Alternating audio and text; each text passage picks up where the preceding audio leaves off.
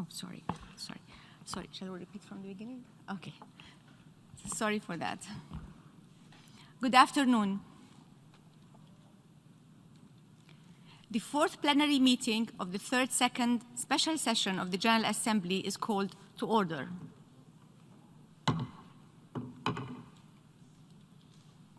The Assembly will continue its consideration of Agenda Item 7 entitled General Debate. Before we begin with the list of speakers, I would like to remind members of important organizational matters pertaining to the conduct of the General Debate. As members are aware, the General Assembly, in its decision 75/562, decided that member states and regional economic integration organizations, parties to the United Nations Convention Against Corruption and observers to the General Assembly, in line with paragraph 2, Code C of its resolution 74/276, may submit a pre-recorded statement by their heads of state or government, head of delegation or other dignitary, which will be played in the General Assembly Hall during the special session, after introduction by their representative who is physically present in the General Assembly Hall. In this regard, I would like to address important organizational matters pertaining to the conduct of the plenary meeting. Introduction of the pre-recorded statements will be made by the representatives from their national seats. Due to time constraints, it is expected that the introductory remarks will be kept concise. Statements delivered by the representatives who are physically present in the Assembly Hall can be made from the national seats or the rostrum. As set out in Resolution 74/276, statements in general debate will be limited to 5 minutes for individual delegations and 7 minutes for statements made on behalf of a group of states. In the case of pre-recorded statements, introductory remarks and length of the video itself shall be counted in the allocated time limit.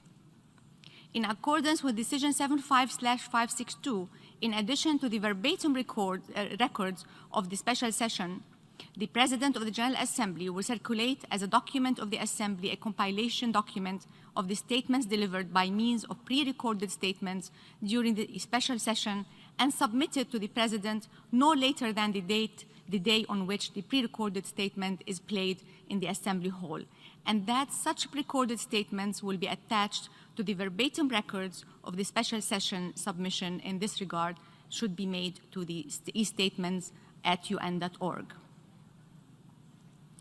I now give the floor to the distinguished representative of Tajikistan to introduce an address by a high-level official. Go ahead, please. Thank you. Madam President, it is my honor to introduce the pre-recorded video message of His Excellency Sulaiman Sultanzoda, Director of the Agency for State Financial Control and Combating Corruption of the Republic of Tajikistan. I thank you. Уважаемый господин председатель, уважаемые коллеги, прежде всего от имени Агентства по государственному финансовому контролю и борьбе с коррупцией Республики Таджикистан хочу выразить свою признательность за приглашение руководству и сотрудникам вашей организации, за ваше содействие, оказанное агентству в проведении консультаций и семинаров среди наших сотрудников, а также представление рекомендаций по вопросам противодействия и предупреждения коррупции в соответствии с международными стандартами.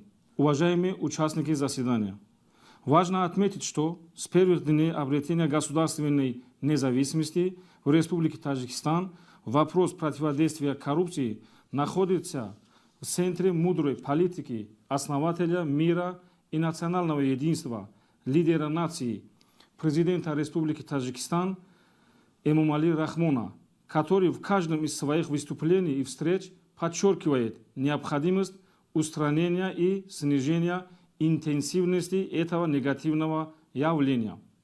Президент Республики Таджикистан, уважаемый Эмомали Рахмон, еще с первых дней достижения суверенитета Таджикистана как демократического, светского и правового государства, наряду с экономическими, социальными и политическими преобразованиями уделяет пристальное внимание вопросам противодействия коррупции, о чем свидетельствуют реформы государственности и принятие ряда важнейших нормативно-правовых актов.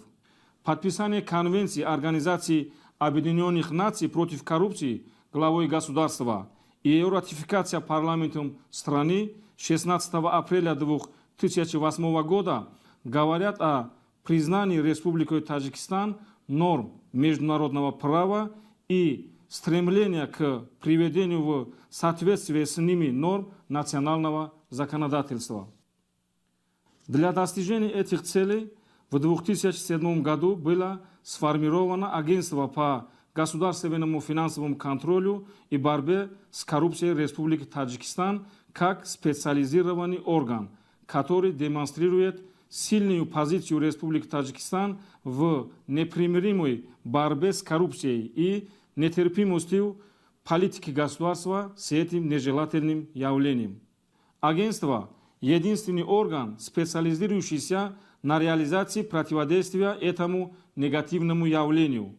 Уполномоченный проводит государственный финансовый контроль, оперативную и следственную деятельность, проводит расследования, а также занимающийся предотвращением и противодействием коррупции.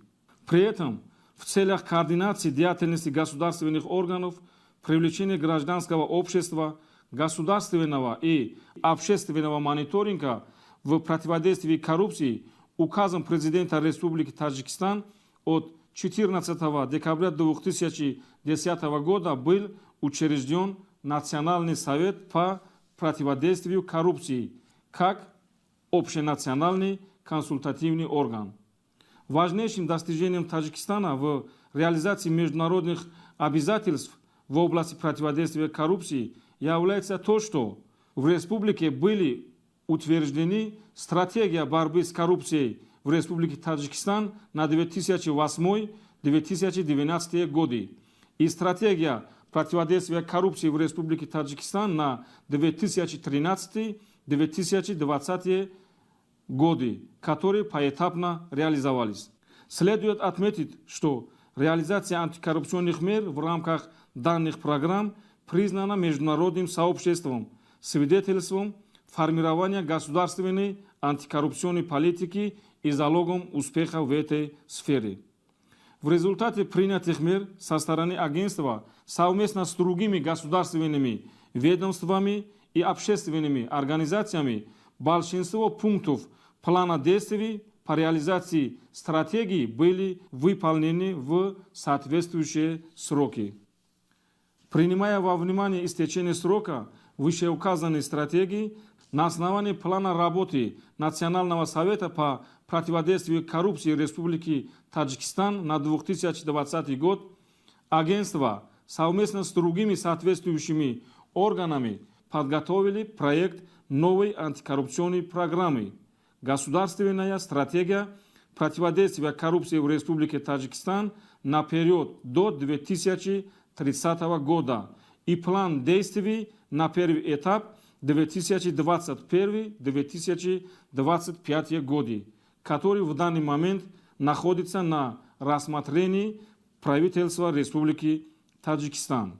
В этом процессе агентство признательно всесторонней помощи Организации по безопасности и сотрудничеству в Европе, Всемирный банк, Организация экономического сотрудничества и развития и других международных организаций, сотрудничающих с нашим ведомством. Все ваши рекомендации были предусмотрены нормативными правовыми актами и сегодня успешно реализуются. Руководство агентства по государственному финансовому контролю и борьбе с коррупцией Республики Таджикистан с полной уверенностью и надеждой изъявляет, что под руководством президента страны, а также при поддержке соответствующих международных организаций и непосредственно с вашей помощью в Таджикистане шаг за шагом реализует нормы и международные стандарты с использованием передового опыта развитых стран в деле предупреждения и борьбы с коррупцией. Желаю всем участникам специальной сессии Генеральной Ассамблеи Организации Объединенных Наций плодотворных дискуссий И надеюсь на наше дальнейшее взаимовыгодное сотрудничество в таком важном деле, как борьба с коррупцией. Благодарю за внимание. I wish to thank the Director for the Agency for State Financial Control and Combating Corruption of Tajikistan for the statement just made. I now give the floor to the distinguished representative of the Republic of Korea to introduce an address by a high-level official.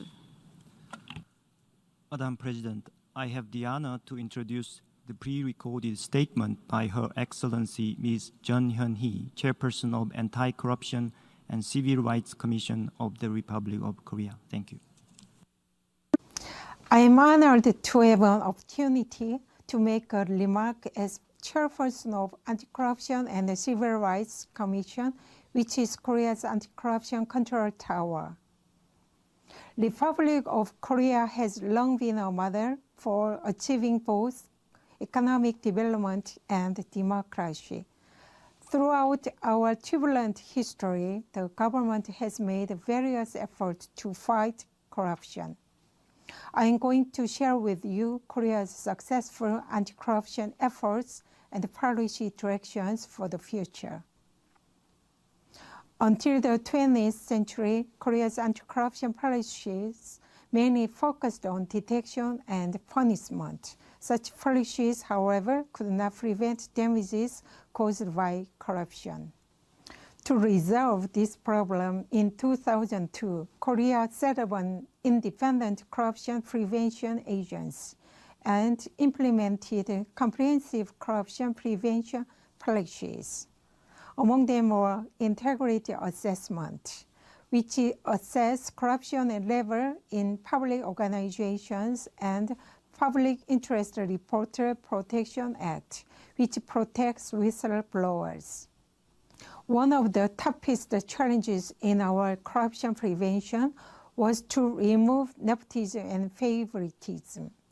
To raise fairness under laws and regulations, the government implemented Improper Solicitation and Graft Act in 2015 and Conflict of Interest Act this year.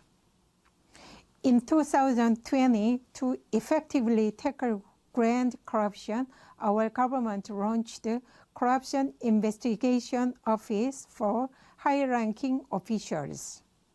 Such anti-corruption reform efforts have been proven effective. As shown in the nation's ranking in the Corruption Perception Index, which rose to the 33rd in 2020 from the 54th in 2017. COVID-19 brought challenges to the world we have never seen, so anti-corruption policies should need new approaches as well. In this COVID-19 situation, many social activities are conducted online, which might entail high risk of unfairness, especially in education and economy.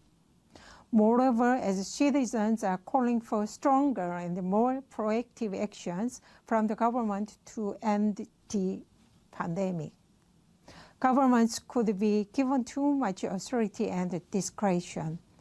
This also could lead to weaker control of the government.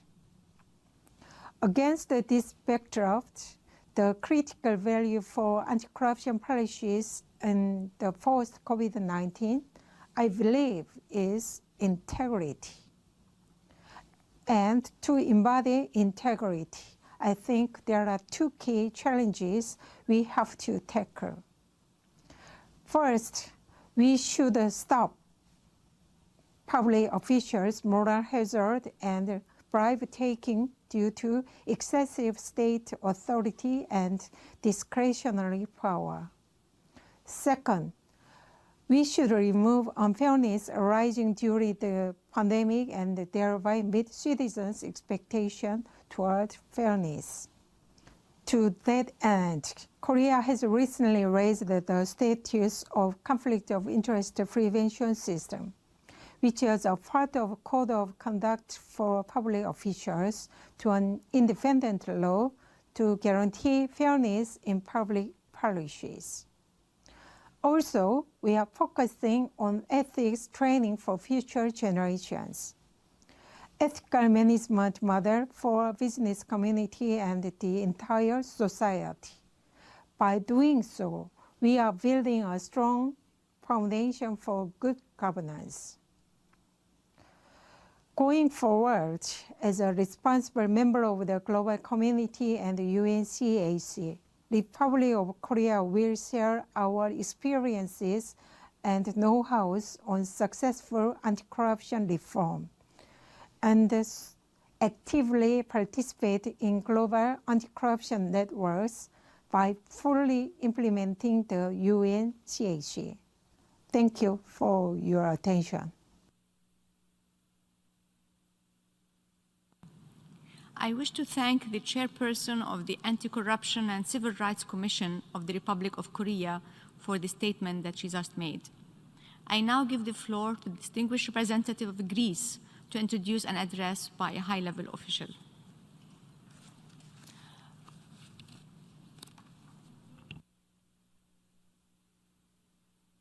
Privilege to introduce a pre-recorded statement by the Governor of the Hellenic National Transparency Authority, Mr. Angelos Binis. Thank you. Excellencies, ladies and gentlemen, it is an honor and pleasure to participate in the special session of the General Assembly against corruption that aims to address the challenges and the measures to prevent and combat corruption and strengthen cooperation among states.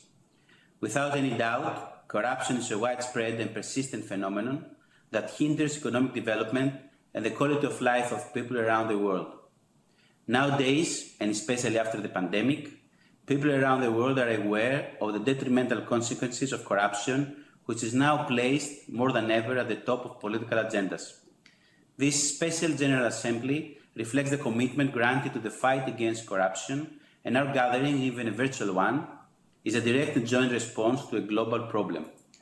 Fighting corruption requires an holistic approach, combining political will, legislative initiatives, strong law enforcement institutions, effective preventive measures, and awareness-raising activities. There is a broad consensus that technology could much contribute in supporting these anti-corruption efforts by facilitating the flow of information so as to enhance transparency and accountability, by reducing the asymmetry of information, by simplifying procedures and reducing time, also by limiting the margin of discretion and reducing bureaucracy, and finally by automating processes. The benefits of using technological tools to fight corruption are many, including reducing opportunities for fraud, allowing for the easier detection of corruption incidents, minimizing administrative costs, increasing productivity, creating channels for submitting corruption complaints, promoting society's awareness, strengthening citizens' trust to public institutions, and creating an investment-friendly environment. The Hellenic National Transparency Authority, within 2 years since its establishment as an independent anti-corruption institution, is firmly committed to achieve tangible results in the fight against corruption in Greece and enhance integrity across society. To this direction, we have already developed and incorporated modern electronic tools to enhance key organizational functions and promote efficiency in operational fields such as auditing, asset declaration, and complaints management. In particular, in order to enhance detection, we have developed e-tools aiming to introduce a data-driven approach to audit planning, support the carrying out of audits, managing cases, and monitoring compliance with audits and investigations recommendations. In the area of asset declaration, we have developed an electronic platform and tools that allow for faster submission, identification of red flags, and easier prioritization for audit purposes. We also use technological tools to allow the online submission of complaints as well as their management, triaging, and assessment.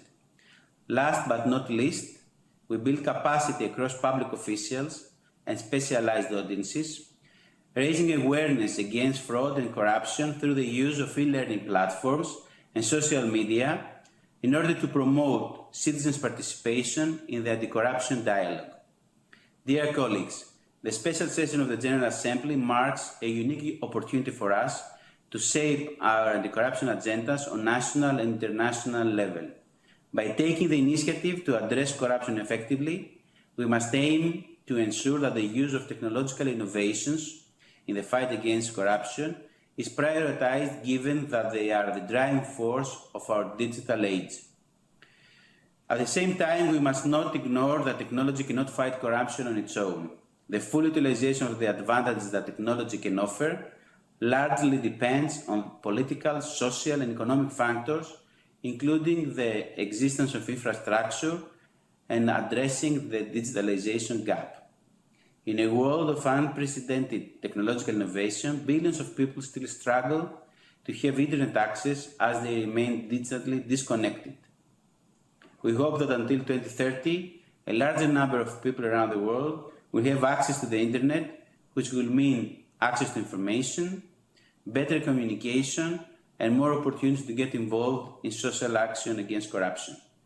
Excellencies and dear colleagues, allow me in closing to emphasize that as we aim to build political momentum in the fight against corruption, we should stand together in sharing good practices and continue to inspire each other.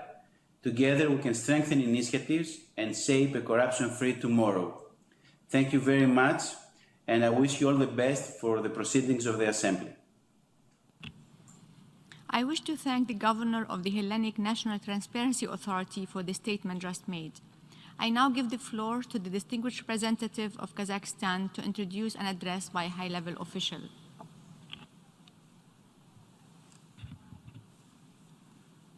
Madam President, Your Excellencies, distinguished participants, it is my distinct honor to introduce a pre-recorded video statement by His Excellency Mr. Marat Ahmedjanov, the Chairman of the Anti-Corruption Agency of the Republic of Kazakhstan. I thank you. Уважаемые дамы и господа, для меня большая честь приветствовать вас на этой площадке. Неоценимую роль и вклад ООН в противодействии коррупции в широком международном масштабе. Мы всемирно поддерживаем усилия организации по продвижению передовых антикоррупционных стандартов и инструментов. За годы независимости система противодействия коррупции Казахстана прошла долгий путь своего становления и совершенствования. Очевидно, что победа над коррупцией возможна только при условии проведения фундаментальных и системных реформ в различных сферах. Сами по себе антикоррупционные инициативы имеют мало шансов на успех, если они не являются составляющей более масштабных преобразований. В Казахстане они выступают частью серьезной правовой реформы. С одной стороны, снижается репрессивность закона к тем, кто впервые совершает неопасные преступления, с другой – ужесточается ответственность за тяжкие общественные опасные деяния, включая и коррупцию. С этого года органы уголовного преследования работают в принципиально новых условиях. По опыту стран ОСР введена трехзвенная модель уголовного процесса. Собранные доказательства подвергаются независимой оценке со стороны прокурора, без согласования с которым ни одно ключевое процессуальное решение не имеет юридическую силу. Окончательную точку ставит здесь суд. Параллельно идет процесс политической модернизации. Законодательно введено понятие парламентская оппозиция и закреплены ее правовые гарантии. 2 раза снижен количественный порог для создания новых партий. Введена соответствующая 30% квота для женщин и молодежи при регистрации партийного списка. Снижен порог прохождения партии в Нижнюю палату парламента с 7 до 5%. С этого года вводятся прямые выборы сельских хакимов, с 2024 года районных. Декриминализирована клевета, упрощен порядок проведения митингов. Осознавая, что еще предстоит многое сделать, мы отмечаем снижение коррупции в нашей стране за последние годы. Они широко признаны на международном уровне. Казахстан за 2 года более чем в 2 раза улучшил показатель по индикатору контроля коррупции Всемирного банка. По индексу восприятия коррупции Transparency International рост составил 30 позиций. Прежде всего, это результат смещения акцентов от борьбы с последствиями коррупционных проявлений на предупреждение. Полноценно заработал Институт антикоррупционной экспертизы проектов НПА. Все проекты законов и подзаконных актов проходят через антикоррупционное сито. На законодательном уровне введена ответственность руководителей за коррупцию подчиненных. Политические и государственные служащие обязаны подавать в отставку, если их сотрудник увлечен в коррупции. Мы сделали упор на цифровизацию и расширение общественного участия. В Казахстане созданы все условия для усиления этого направления. Развитая архитектура электронного правительства позволила занять 29-е место среди 193 стран в одноименном индексе ООН. Важно обеспечить удобную и доступную мобильно-цифровую инфраструктуру, учитывая потребности населения и бизнеса. Следуя этому курсу, мы модернизировали портал ИГОВ, запустили одноименное мобильное приложение, обеспечили доступность получения необходимых сведений через Telegram-бот и социальные сети. На сегодня в электронном виде и по принципу одного окна доступны 93% государственных услуг, что минимизирует бытовую коррупцию. Особое внимание уделяется обеспечению чистоты уязвимых для коррупции социальных услуг. К примеру, получение места в детских садах и жилья из Госфонда осуществляется с использованием блокчейн-технологий. Прорабатывается полная оцифровка назначения пенсий и пособий. Цифровизация упростила и ведение бизнеса. Портал e-лицензирования является точкой входа для занятия 500 видами предпринимательской деятельности. Обращаю внимание, что в рейтинге Doing Business Казахстан расположился на 25-й строчке среди 190 государств. Это свидетельствует о правильности реализуемого нами курса. В контексте снижения коррупции важно внедрение цифровых решений в правоохранительных, судебных, налоговых и таможенных органах. Приведу несколько примеров. Аудиофиксация процессов и оценки деятельности судей, автоматическое распределение дел привели к повышению прозрачности судопроизводства. За счет автоматизации таможенных процессов 70% импорта проходит по зеленому коридору без задержек и дополнительных бумажных документов. Минимизированы контакты с сотрудниками, сокращены финансовые расходы участников внешнеэкономической деятельности. Модернизуется и контроль. Отбор на налоговые и таможенные проверки осуществляется информационными системами с интеллектуальным анализом данных. Проверкам подвергаются исключительно рисковые объекты по документам, отчетностям и другим. Осуществлен переход на практику электронных уголовных дел. Функционируют единые реестры административных правонарушений, субъектов и объектов проверок, действует система e-обращения. В части усиления общественного контроля и расширения участия граждан в принятии решений эффективно работает платформа «Открытое правительство». Она позволяет гражданам, не выходя из дома, увидеть бюджетные расходы, участвовать в обсуждении проектов нормативных актов, обращаться онлайн за консультациями и с жалобами, а также оценивать эффективность государственных органов. Зарекомендовал себя Институт общественных советов, созданных при центральных и местных органах власти.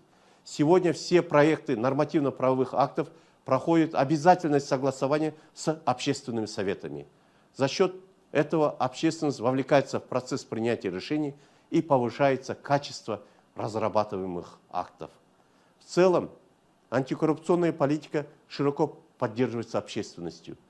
С нами активно сотрудничают 80 тысяч волонтеров, задействованных в проведении различного рода антикоррупционных мероприятий. В заключение позвольте еще раз подчеркнуть, что Казахстан неукоснительно следует курсу на искоренение коррупции во всех ее формах и открыт к дальнейшему плодотворному сотрудничеству. Благодарю за внимание. I wish to thank the chair of the Anti-Corruption Agency of Kazakhstan for the statement just made. I now give the floor to the distinguished representative of Thailand to introduce an address by a high-level official. Thank you, Madam President. I have the honor to introduce a pre-recorded statement by Police General Wachalapon Pasan Lachikit, the President of the National Anti-Corruption Commission of the Kingdom of Thailand. Thank you. Mr. President, as President of the National Anti-Corruption Commission, it is my honor to address to the United Nations General Assembly special session against corruption on behalf of Thailand.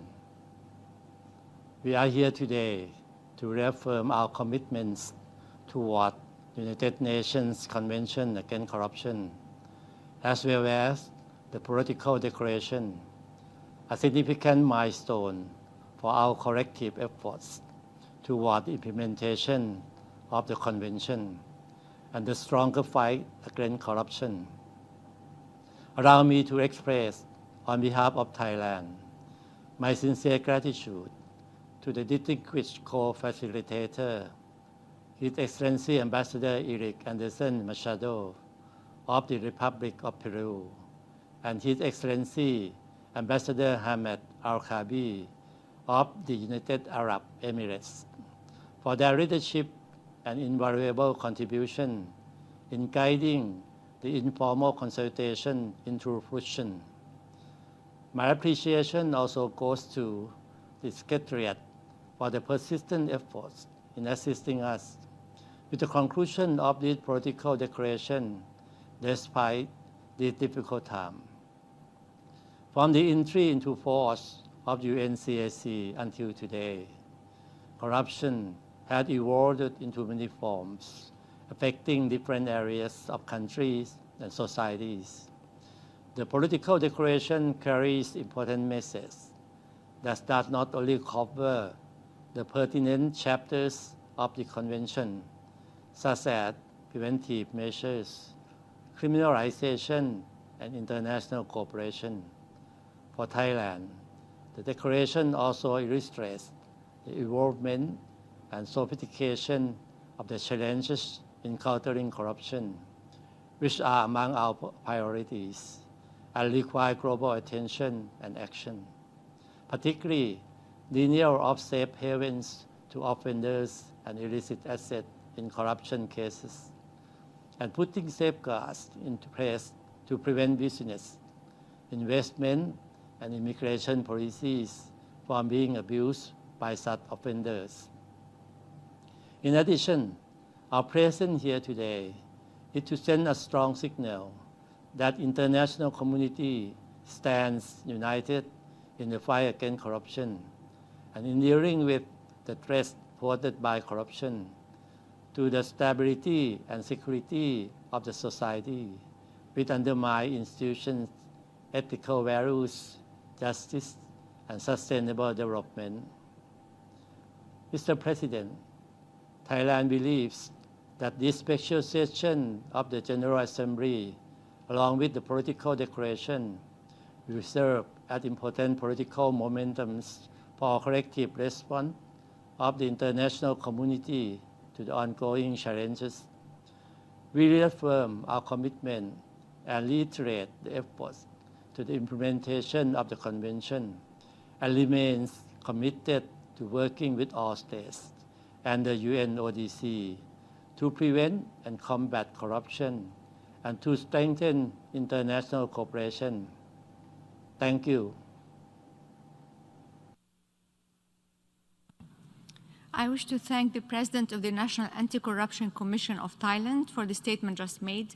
I now give the floor to the distinguished representative of Cameroon to introduce an address by a high-level official.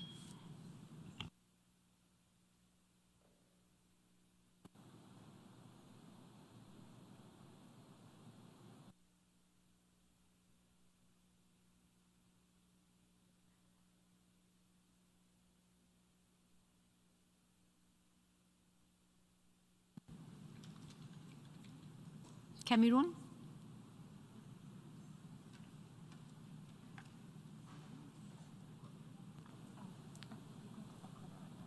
Ecuador? Okay. I now give the floor to the distinguished representative of Ecuador to introduce an address by a high-level official. Thank you.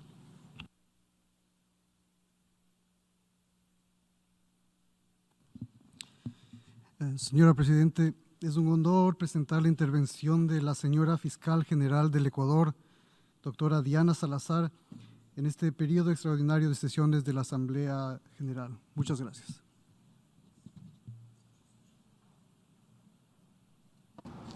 Es un honor para mí dirigirme a ustedes a nombre del Estado ecuatoriano. La corrupción es un fenómeno estructural que afecta los principios esenciales de la democracia y del Estado de Derecho. Es un grave problema multidimensional, social, político y económico, y uno de los más serios obstáculos que enfrentan nuestros países para la consolidación de sus sistemas democráticos.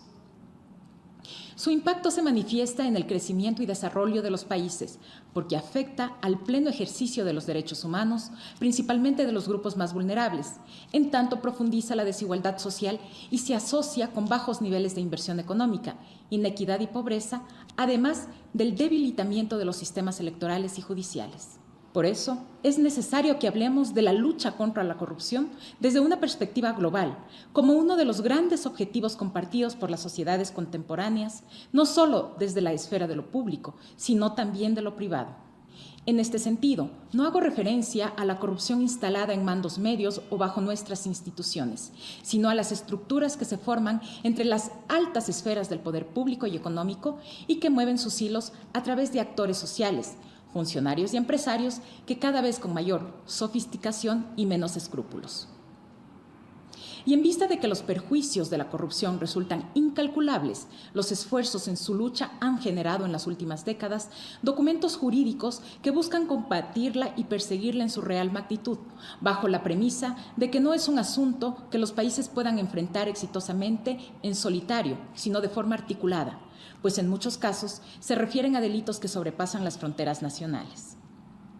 De ahí la enorme importancia del fortalecimiento permanente de los mecanismos de cooperación y asistencia técnica entre nuestros países, además de cumplir con lo establecido en las convenciones internacionales suscritas y ratificadas, así como las recomendaciones que, desde distintos estamentos, se realizan a los estados para adecuar sus legislaciones y políticas, así como adoptar estándares y aplicar mecanismos cada vez más efectivos para la prevención, detección, persecución y sanción y recuperación de activos productos de la corrupción.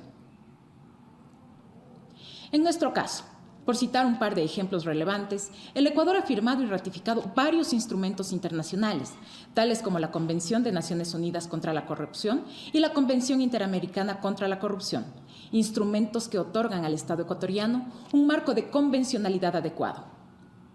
Asimismo, en concordancia con la Convención de las Naciones Unidas contra la Delincuencia Organizada Transnacional, se han incluido reformas en el Código Orgánico Integral Penal, por ejemplo, concerniente al comiso aplicado a sentencias condenatorias ejecutoriadas dentro de procesos penales por delitos relacionados con corrupción. Por otra parte, es preciso considerar que, para que existan respuestas institucionales sólidas, efectivas y siempre apegadas a derecho, nuestros estados deben cuidar con mucho celo a sus entidades del eje de justicia, puesto que la corrupción intenta interferir en ella y debilitarla, generando desconfianza y resistencia ciudadanas en su administración y trayendo como consecuencia directa la falta de imparcialidad y como resultado final, la impunidad.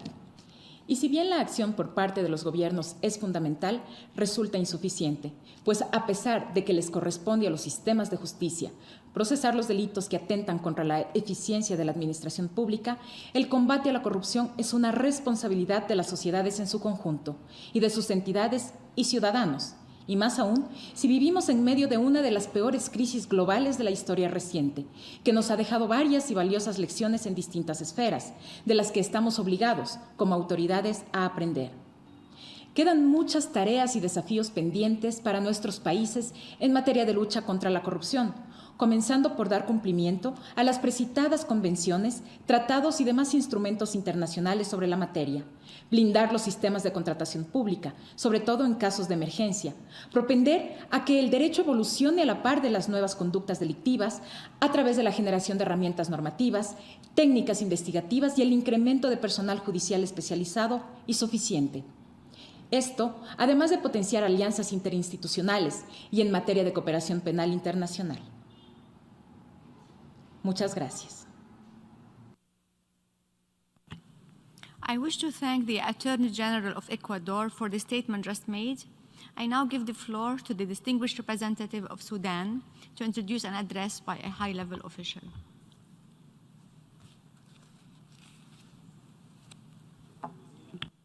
يشرفني أن أقدم البيان المسجل للسيد مبارك محمود عثمان النائب العام المكلف لجمهورية السودان أمام الدورة الخاصة للجمعية العامة حول تعزيز التعاون الدولي لمحاربة الفساد. وشكرا سيدة الرئيس. بسم الله الرحمن الرحيم.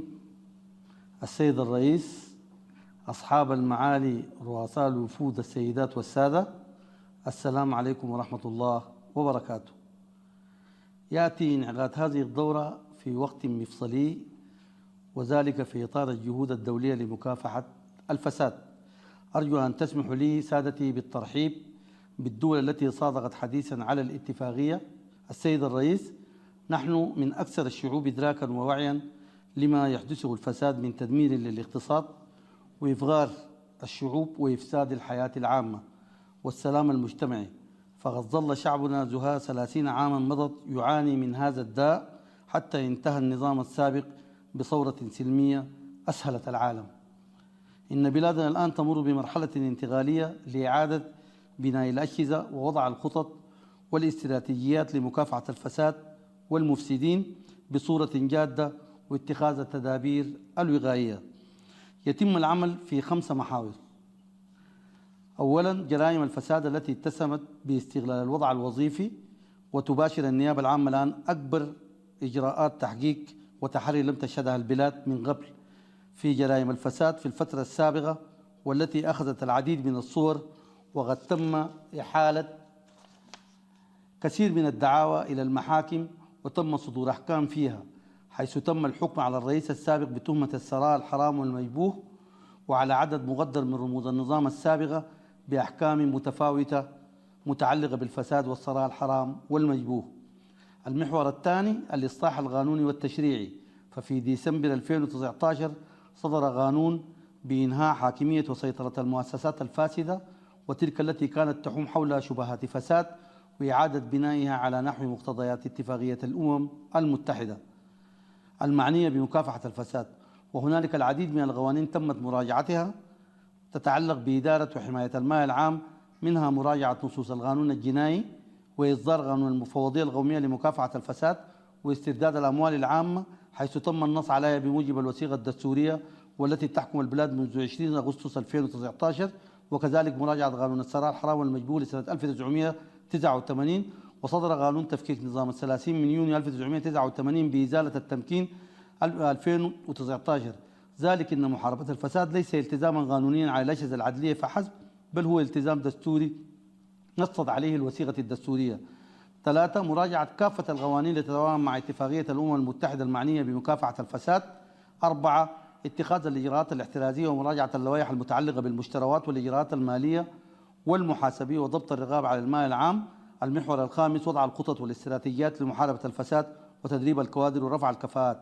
السيد الرئيس، رغما عن قصر المدة منذ مصادقة بلادنا على اتفاقية 2014، فقد أوفت بلادنا بكافة التزاماتها فيما يتعلق بأداء آلية استعراض التنفيذ، حيث خضعت لدورتين استعراضيتين للفصلين الثالث والرابع والفصلين الثاني والخامس، وشاركت في استعراض أذربيجان وغامبيا، وأعدت قائمة الخبراء للمشاركة في استعراض الأرجنتين.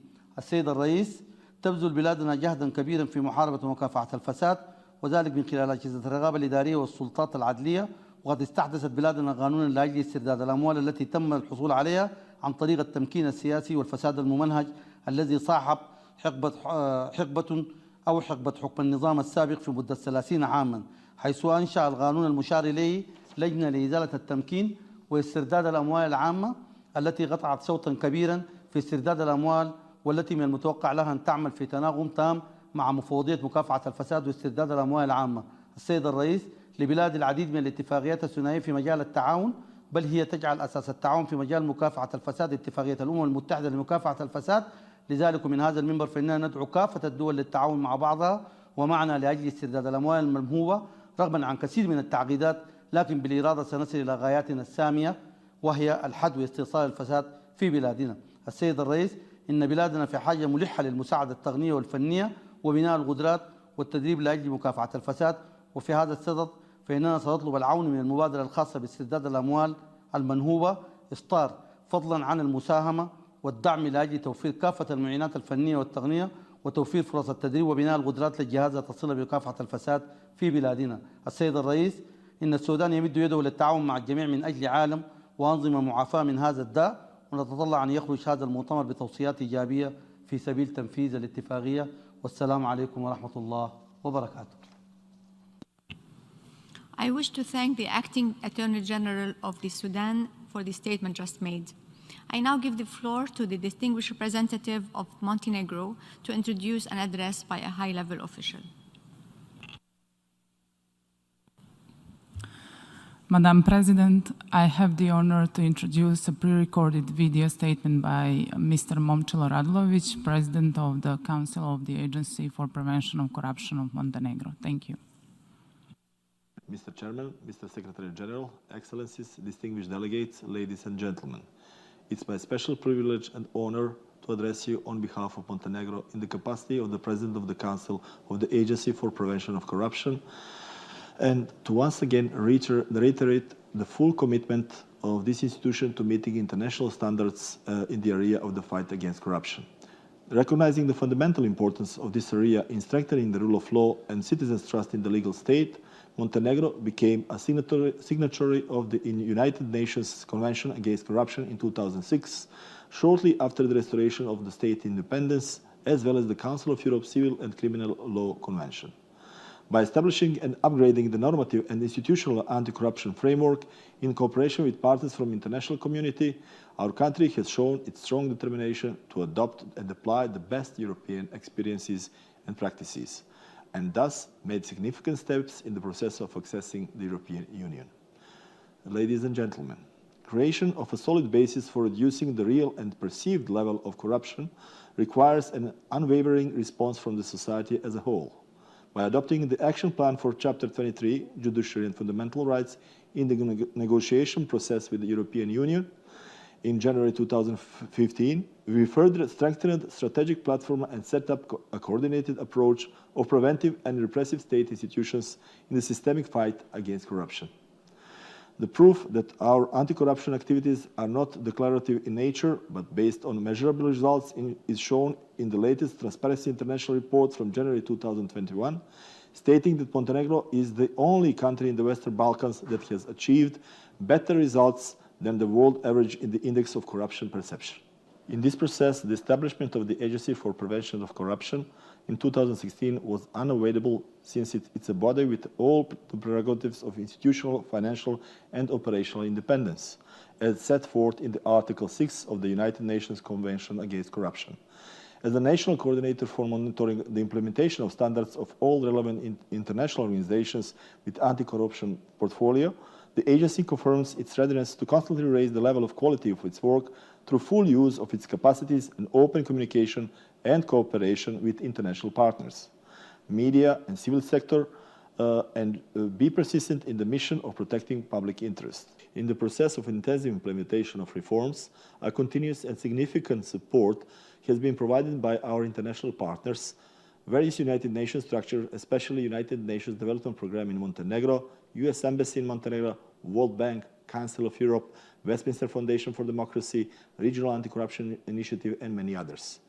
I would like to take this opportunity to emphasize the importance of the fact that UN General Assembly dedicated this event to such an important issue, thus raising it to the highest level on the international agenda and sending a message to all stakeholders that anti-corruption challenges require a joint and decisive action. Ladies and gentlemen, please rest assured that with firm determination of all governmental levels and commitment to improving its legislative framework, Montenegro remains a reliable partner in all activities aimed at further fight against corruption and achieving the goals of sustainable development until 2030. At the very end, I wish you to stay safe and healthy. Thank you for your attention. I wish to thank the President of the Council of the Agency for Prevention of Corruption of Montenegro for the statement just made. I now give the floor to the distinguished representative of Uzbekistan to introduce an address by a high-level official. Madam President, I have the honor to introduce a pre-recorded statement of His Excellency Akmal Burkhanov, Director of the Anti-Corruption Agency of the Republic of Uzbekistan. Your Excellency Mr. Volkan Bozkır, President of the United Nations 75th Session, distinguished guests, ladies and gentlemen. It is a great honor and pleasure to participate in the special session of the General Assembly on challenges and measures to prevent and combat corruption and strengthen international cooperation, and delighted to inform you on anti-corruption reforms in the Republic of Uzbekistan.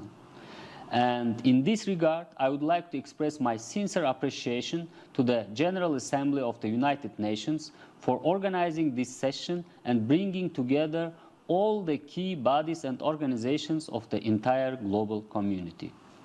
We all know that corruption hampers the attainment of the United Nations Sustainable Development Goals, increases transnational crimes, and infringes on personal freedom and human rights, as well as severely impedes the dynamism of the global economy. At present, Uzbekistan has entered a new phase of an anti-corruption reforms with the adoption of a presidential decree in June last year, aimed at improving the effectiveness of public policies on preventing and combating corruption in all spheres of society and the states. The decree provides for the establishment of a new anti-corruption agency in accordance with the Article 6 of the United Nations Convention against Corruption, and sets ambitious goals to develop necessary legislation for the state anti-corruption policy. The agency is a specially authorized state body responsible for the formation and implementation of state policy to prevent and combat corruption within the country. First step in current reforms is gradual introduction of an international anti-corruption control system, compliance control, in all state organizations in accordance with international standards.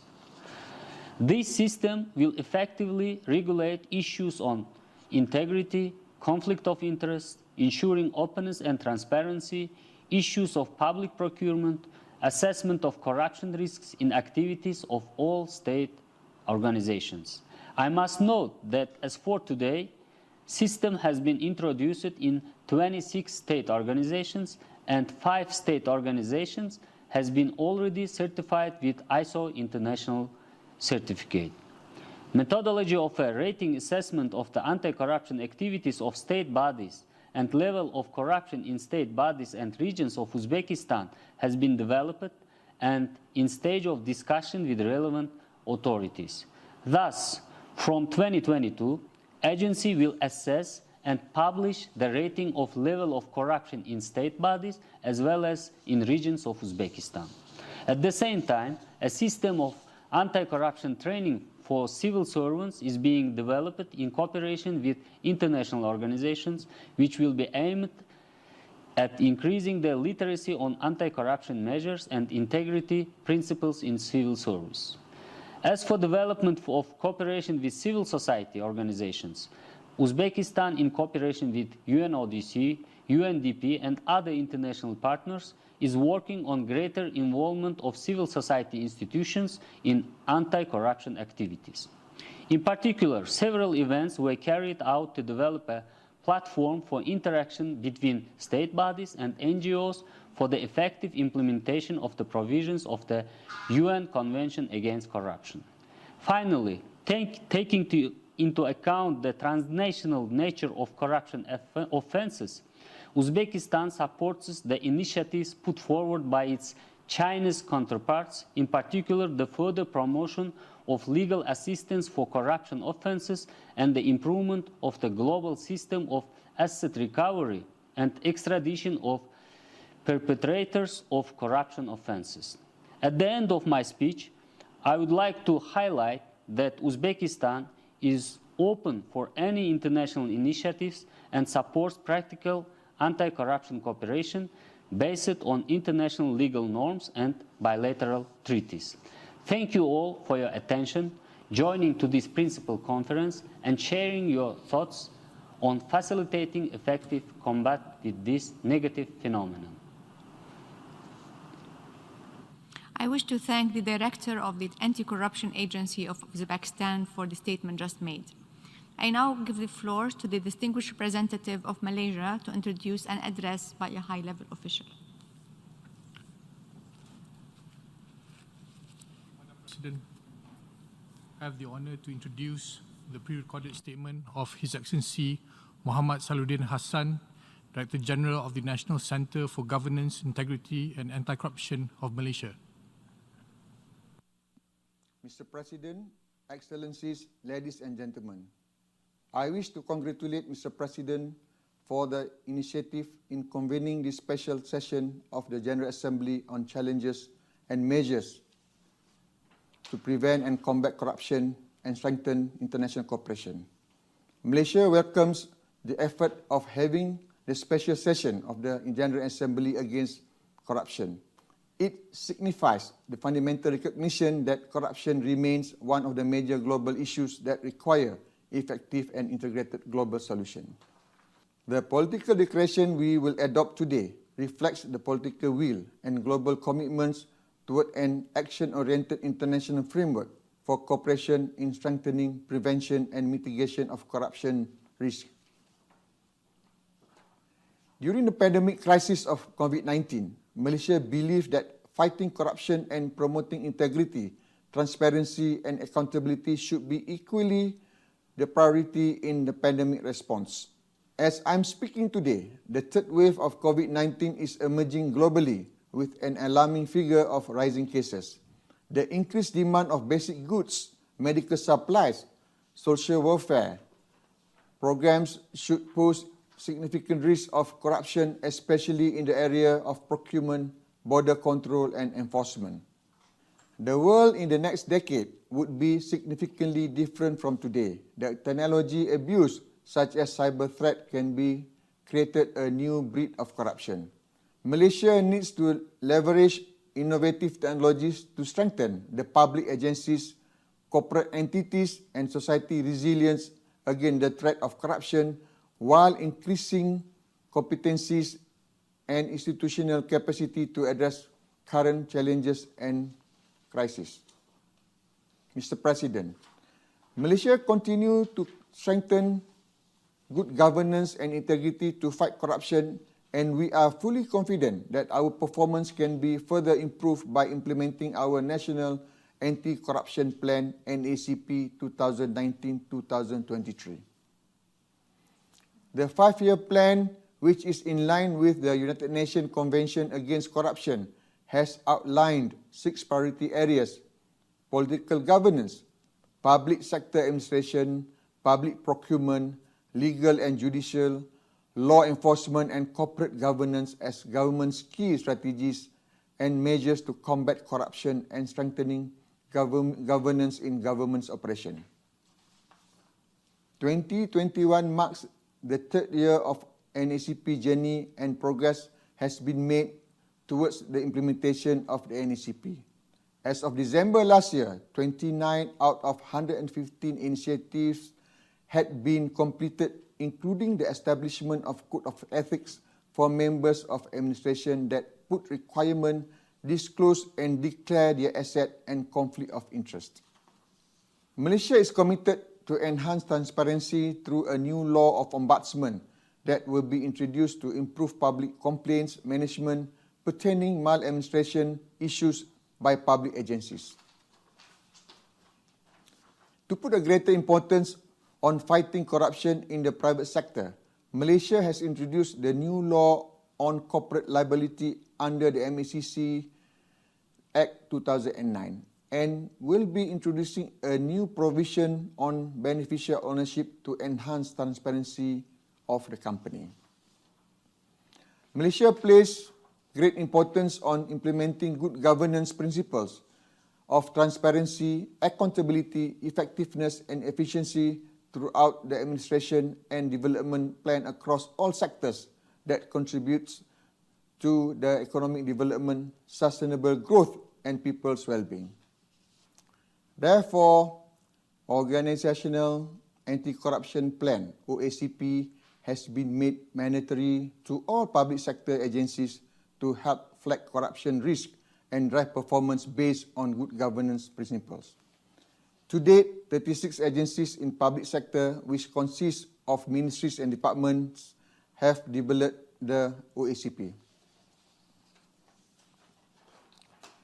OACP also helps the government-linked companies, the GLCs, to create a clean business ecosystem which is free from corruption. On that note, 14 GLCs have shown their commitment in developing the OECP.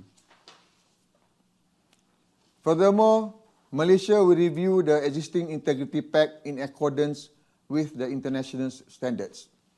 The initiative aims to help the government to deal with conflict of interest issues and certainly will help to enhance the integrity and transparency in the government procurement.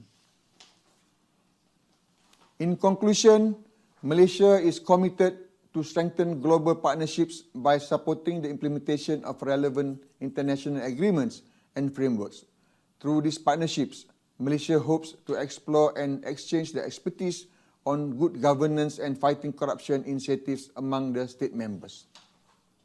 Mr. President, Malaysia strongly believes that the full commitment shown by the government agencies, relevant stakeholders, domestic and international strategic partners towards effective policy implementation and strategies will contribute to the realization of SDG goals of the United Nations Sustainable Development Goals in building accountable and transparent institutions.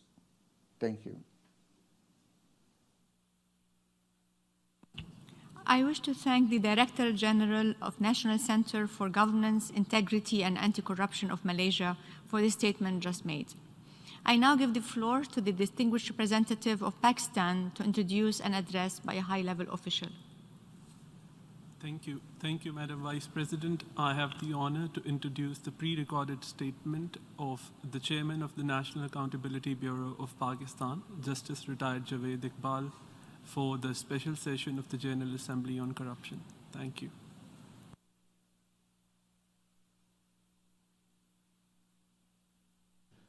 Bismillah ar-Rahman ar-Rahim. Excellencies, distinguished delegates, ladies and gentlemen, we welcome the convening of this special session of the General Assembly against corruption. This year marks 15 years since the UN Convention against Corruption, UNCAC, entered into force. While we have made some progress during this period, corruption continues to hold back development and deprive people of their rights in far too many places around the world. The recent report of the high-level panel on financial accountability, transparency, and integrity has revealed that due to political and official corruption as well as crime and tax evasion, trillions of dollars flow out of developing countries each year. $7 trillion in stolen assets are parked in the financial haven countries and jurisdictions. The flight of these vast resources from the developing countries is a principal cause of their underdevelopment, poverty, inequality, and political instability. Mr. President, corruption is estimated to cost the world at least $2.6 trillion annually, approximately 5% of the global GDP. It is estimated that $1.26 trillion is lost by developing countries to corruption, bribery, theft, and tax evasion each year. This is approximately 9 times official development assistance funding. In order to reinforce the global fight against corruption, it is vital to strengthen international cooperation and efficiently prevent, detect, investigate, and prosecute corruption, as well as to apply effective, proportionate, and dissuasive penalties and recover criminal assets. Fighting corruption is a fundamental precondition for upholding the rule of law, peace and security, achieving sustainable development, and respect for human rights and fundamental freedoms. It is also an integral part of the international commitment to end poverty, curb illicit financial flows, and ensure that all people enjoy peace and prosperity. Mr. President, Pakistan is pleased to note the increasing significance of the United Nations Convention against Corruption in addressing the common challenge of corruption at the global level. Asset recovery is one of the fundamental principles of the UNGAS.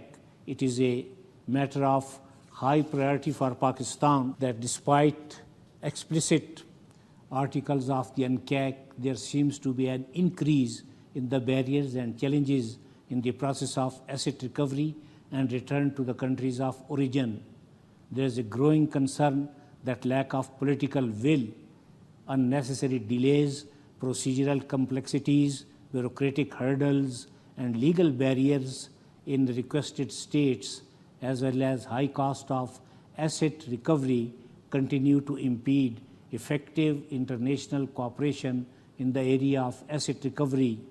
Importantly, the management, administration, and utilization of the returned assets is the right and responsibility of the requesting state, and that the recovered assets should be returned without conditionalities and in full respect of the sovereign rights of the state of origin. Mr. President, in the context of the current global challenges, new commitments are urgently needed, which are bold, clear, and concrete. Member states need to actively explore innovative ideas and initiatives to strengthen the existing international framework to prevent corruption and to end impunity. This special session is an opportunity for all of us to explore and develop these ideas further, particularly on the following priority areas: immediate return of stolen assets, penalties on the financial institutions, lawyers and accountants, and other enablers of corruption, crime, and tax evasion, disclosure of the beneficial ownership of companies, a global minimum corporate tax, fair digital taxation, review and revision of unequal investment treaties, and a coherent, transparent, and inclusive mechanism for monitoring illicit financial flows set up under the United Nations. Most valuable and innovative ideas have been presented to the UNGAS negotiations body, including those cited in the Facility Panel report and those recommended in the UN Common Position paper. Some of these proposals merit in-depth consideration that has not been possible in the negotiations for the UNGAS political declaration. For this reason, the General Assembly may consider establishment of an open-ended intergovernmental working group to prepare concrete and technical proposals for supplementary frameworks, including the possibility of an additional protocol to address gaps in the UNGAS, in particular related to the swift return of stolen assets. The proposals of this working group should then be presented to the UNGAS Conference of State Parties for consideration. For its part, Pakistan's commitment to eradicating corruption remains clear and firm. We have established a comprehensive legal and institutional framework for controlling and combating corruption. Over the years, we have also taken steps to improve institutional capacity and align domestic laws with international norms and standards embodied in the UNGAS. We are also pleased to note increasing understanding for the role of parliaments in addressing corruption in all its manifestations. Pakistan's resolution on the subject was adopted with consensus by the 8th Conference of Parties to UNGAS in its meeting held in Abu Dhabi in December 2019. We strongly appreciate the General Assembly's timely decision to put special focus on the problem of corruption through this special session. We sincerely hope that their discussions and the political declaration to be adopted during this session will install a new vigor to the global fight against corruption. I thank you. I wish to thank the chairperson of the National Accountability Bureau of Pakistan for the statement just made. I now give the floor to the distinguished representative of Jordan to introduce an address by a high-level official. شكرا سيد الرئيس. يشرفني أن أقدم الكلمة المسجلة لعطوفة الدكتور مهند حجازي رئيس مجلس هيئة النزاهة ومكافحة الفساد في المملكة الأردنية الهاشمية. شكرا سيد الرئيس.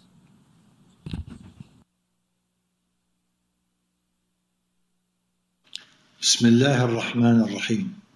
والصلاة والسلام على نبينا محمد وعلى أنبياء الله ورسله أجمعين.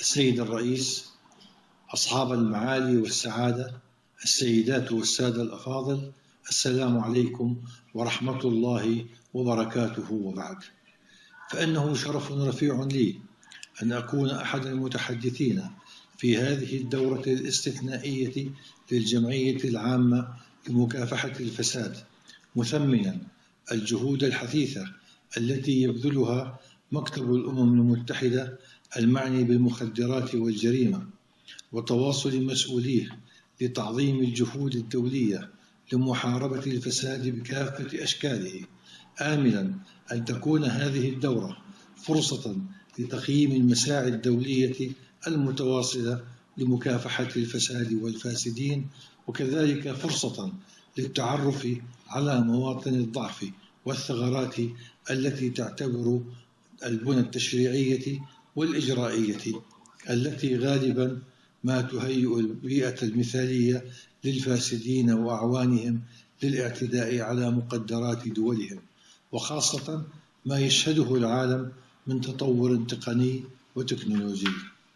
ولا أنسى تقديم الشكر والتقدير لرئيس الجمعية العامة للأمم المتحدة السيد فولكان بوسكير، الذي أبدى حرصا لافتا لانعقاد هذه الدورة في ظل ظروف صعبة بسبب جائحة كورونا انعكست آثارها السلبية اقتصاديا واجتماعيا وصحيا على المجتمع الدولي، وهيأت ظروفا مناسبة للفاسدين لم يكونوا يحلمون بها، مما أعاق برامج النمو والتنمية المستدامة لدى الغالبية العظمى من دول العالم، والأردن منها. السيدات والسادة، وفي سبيل بناء الثقة مع المواطنين تعمل مختلف أجهزة الدولة الأردنية، وخاصة الرقابية منها، وفي مقدمتها هيئة النزاهة ومكافحة الفساد، وديوان المحاسبة، ووحدة غسل الأموال ومكافحة الإرهاب في البنك المركزي الأردني، على استثمار العلاقة الجيدة مع الإعلام ومؤسسات المجتمع المدني لوضع المواطن في صورة الإنجاز الأردني بكل شفافية في مجال مكافحة الفساد الذي تسمح به التشريعات الناظمة، وبما لا يؤثر على سير التحقيقات في القضايا، سواء كانت في مرحلة التحقيق والتحري أو منظورة أمام القضاء، وبما لا يتسبب أيضا في اغتيال الشخصية. كذلك تسعى الهيئة من خلال إدامة التواصل مع القطاعين العام والخاص ومنظمات المجتمع المدني لنشر قيم ومعايير النزاهة الوطنية التي اعتمدتها الحكومة رسميا، وتتمثل في سيادة القانون، الشفافية، الحوكمة، المساءلة، العدالة، والمساواة وتكافؤ الفرص.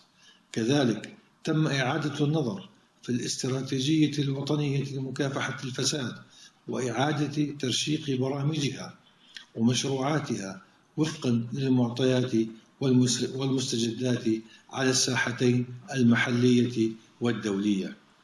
لقد حرصت المملكة الأردنية الهاشمية منذ تصديقها على الاتفاقية الدولية لمكافحة الفساد على موائمة التشريعات الوطنية بما يتوافق مع جوانب عديدة من أحكام هذه الاتفاقية، وآخرها التعديلات المنظورة في البرلمان الأردني حاليا، حيث تسعى لتأكيد استقلالية الهيئة ماليا وإداريا وتوسيع صلاحياتها لإجراء التسويات وفقا لأحكام قانون الجرائم الاقتصادية، وكذلك منحها حق إجراء التحقيقات المتعلقة بجرائم غسل الأموال المتحصلة عن جرائم الفساد، والمصالحة مع مرتكبي جرائم الفساد، ومراقبة نمو الثروة لدى المسؤولين وفق قانون الكسب غير المشروع. لقد أكدنا غير مرة على أننا في المملكة الأردنية الهاشمية معنيون ومهتمون بالانفتاح على دول العالم كافة، وخاصة تلك التي قطعت أشواطا متقدمة على صعيد مكافحة الفساد وطبقت بنجاح فكرة الحوكمة الرشيدة، ونالت تقدير المجتمع الدولي على مؤشر مدركات الفساد. كما أننا نتابع عن كثب الجهود المبذولة على الصعيدين الإقليمي والدولي لاسترداد وتحصيل الأموال الناجمة عن ممارسات الفساد. وأؤكد في هذه العجالة أننا أبرمنا مذكرات تفاهم واتفاقيات ثنائية مع العديد من دول الشرق الأوسط وشمال إفريقيا، وخاصة عندما كان بعض هذه الدول في بدايات حربها على الفساد، للاطلاع على تجربتنا التي كانت رائدة قياسا بما كان عليه الحال في تلك الدول. أما على الصعيد الدولي فتربطنا علاقات متميزة ومثمرة مع مجموعة من دول الاتحاد الأوروبي للاستفادة من تجاربها في مجال مكافحة الفساد وللاطلاع على برامجها وإنجازاتها وتبادل الخبرة معها على صعيد بناء قدرات الكوادر. وقد تعزز مثل هذا التعاون بإطلاق مشروعي توأمة، الأول مع فنلندا تم تنفيذه عامي 2012 و2013، والثاني تم إطلاقه قبل أيام مع جمهوريتي ليتوانيا والنمسا. كما أن الأردن كان حريصا على المشاركة الفعالة في جميع مؤتمرات الدول الأطراف، بل كان للأردن شرف استضافة المؤتمر الأول في ديسمبر عام 2006، مشيرا إلى أن الشبكة العربية للنزاهة ومكافحة الفساد تأسست وانطلقت من أراضيه في حزيران عام 2008. أخيرا أرجو أن تثمر نتائج هذا اللقاء بالوصول إلى توصيات بناءة تدعم جهود المجتمع الدولي لإيجاد الحلول للتحديات المشتركة التي تواجه الدول الأطراف، بما يدعم في نهاية المطاف تنفيذ أحكام الاتفاقية الدولية لمكافحة الفساد. شكرا لحسن استماعكم. I wish to thank the chairperson of the Integrity and Anti-Corruption Commission of Jordan for the statement just made. I now give the floor to the distinguished representative of Equatorial Guinea. Give a statement.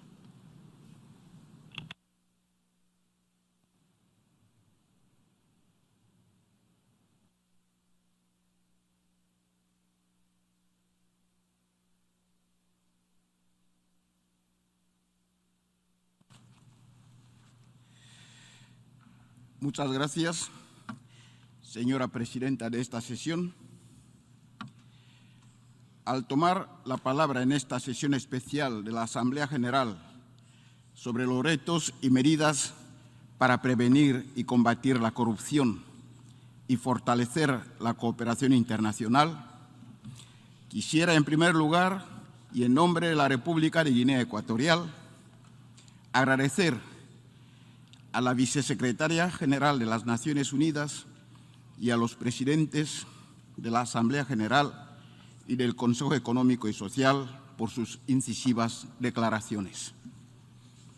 Señora Presidenta, la corrupción hay que analizarla en sus diversas formas y manifestaciones, en todos los sectores y por etapas, para poder presentar u ofrecer medidas constructivas y eficientes acordes a cada situación que se genera en cada sociedad de cara a reducir los efectos adversos que tiene la corrupción en las sociedades, en la consecución de los objetivos de desarrollo sostenible, en la perpetuación del conflicto, la inestabilidad social y el menoscabo de la paz duradera y estable. Desgraciadamente, estamos ante un mal que no diferencia a los estados, pues en algunos habrá más casos que en otros, pero es una dolencia y preocupación común para todas las naciones del mundo. Si bien es cierto que afecta en mayor medida a las sociedades más vulnerables debido a los problemas sistemáticos tales como el subdesarrollo, la presión que se ejerce sobre los recursos naturales y las dificultades relacionadas con la cohesión social y la gobernanza.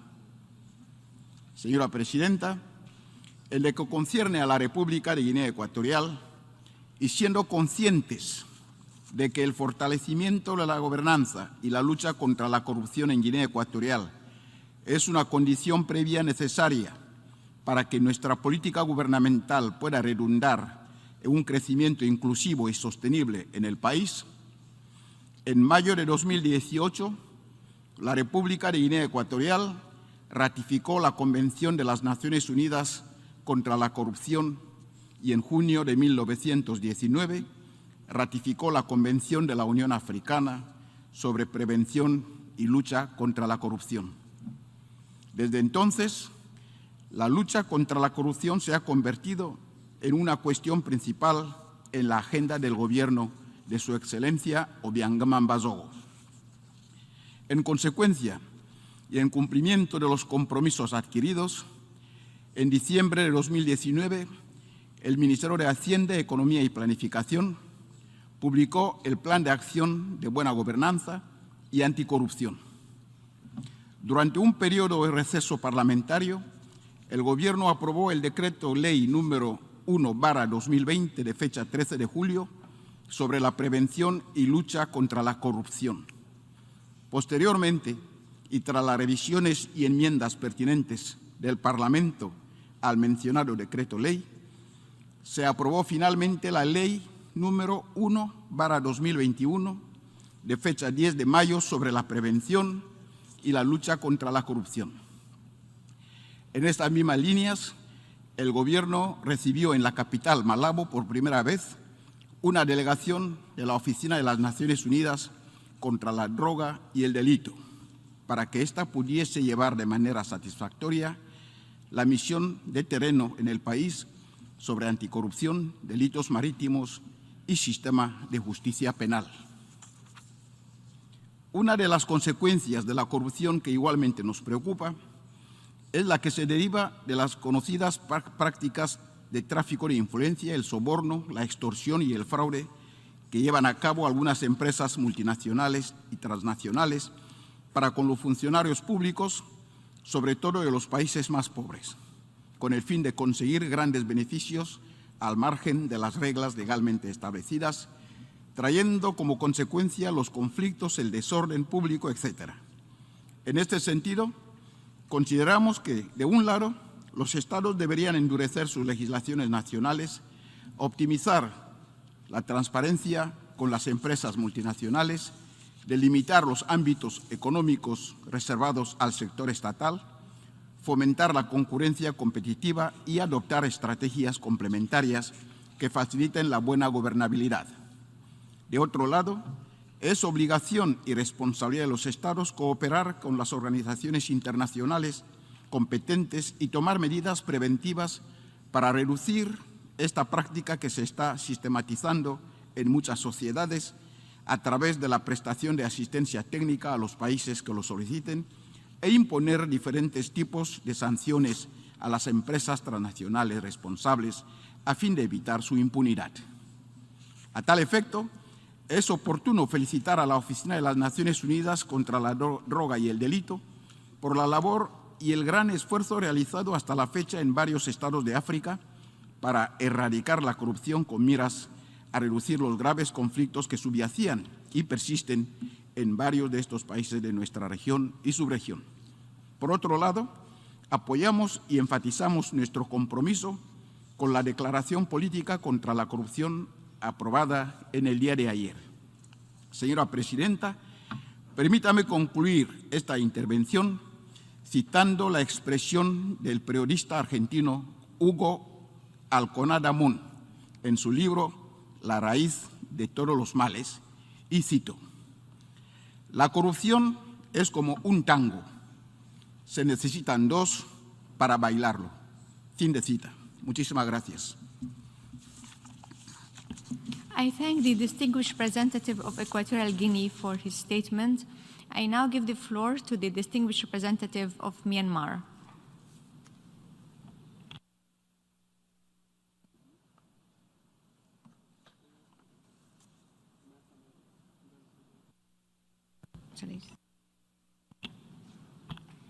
Myanmar will speak from his national seat, international seat. I can see where he is.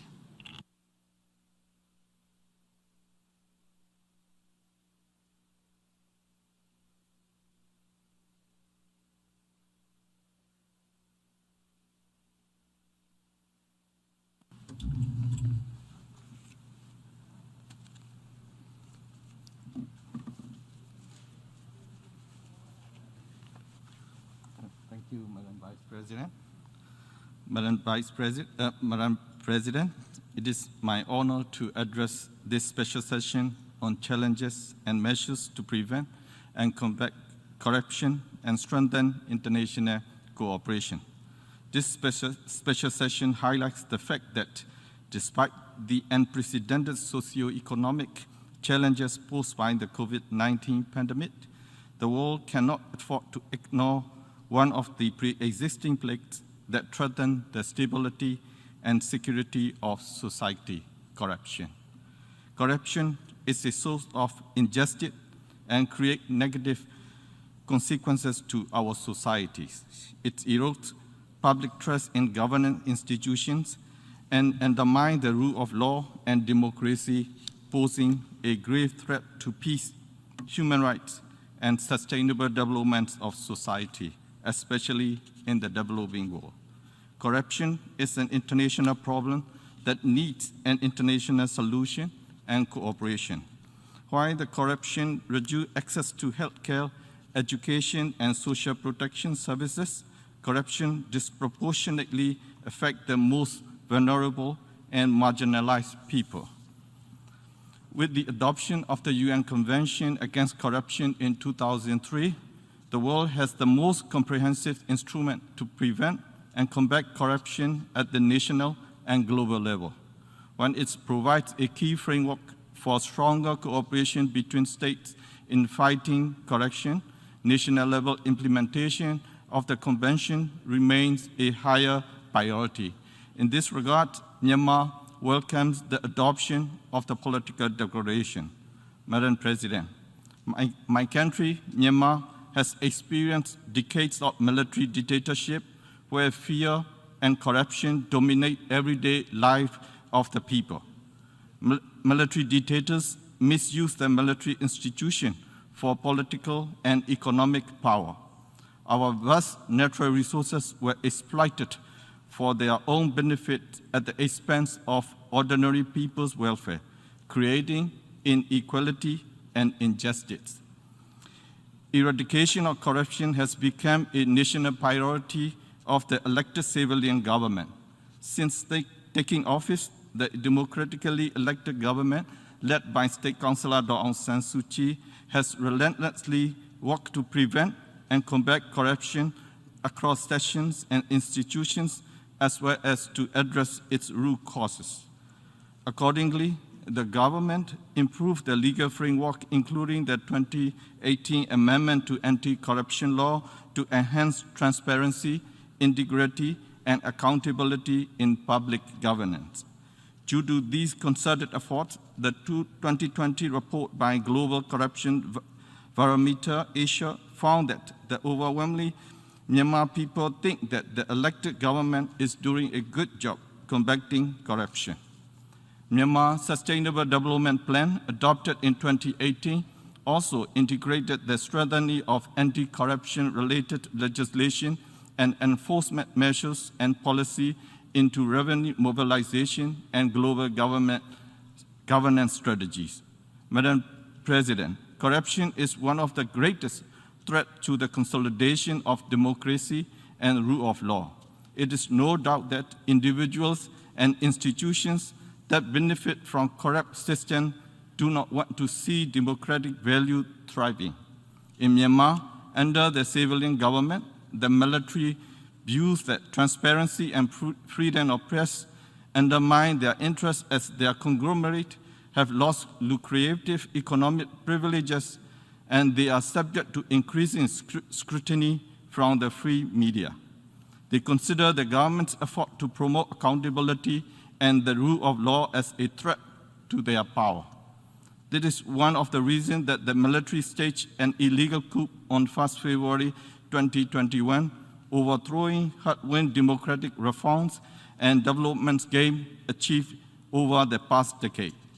Since then, the illegal military junta has engaged in brutal and inhumane acts against the people of Myanmar in a targeted and systematic manner.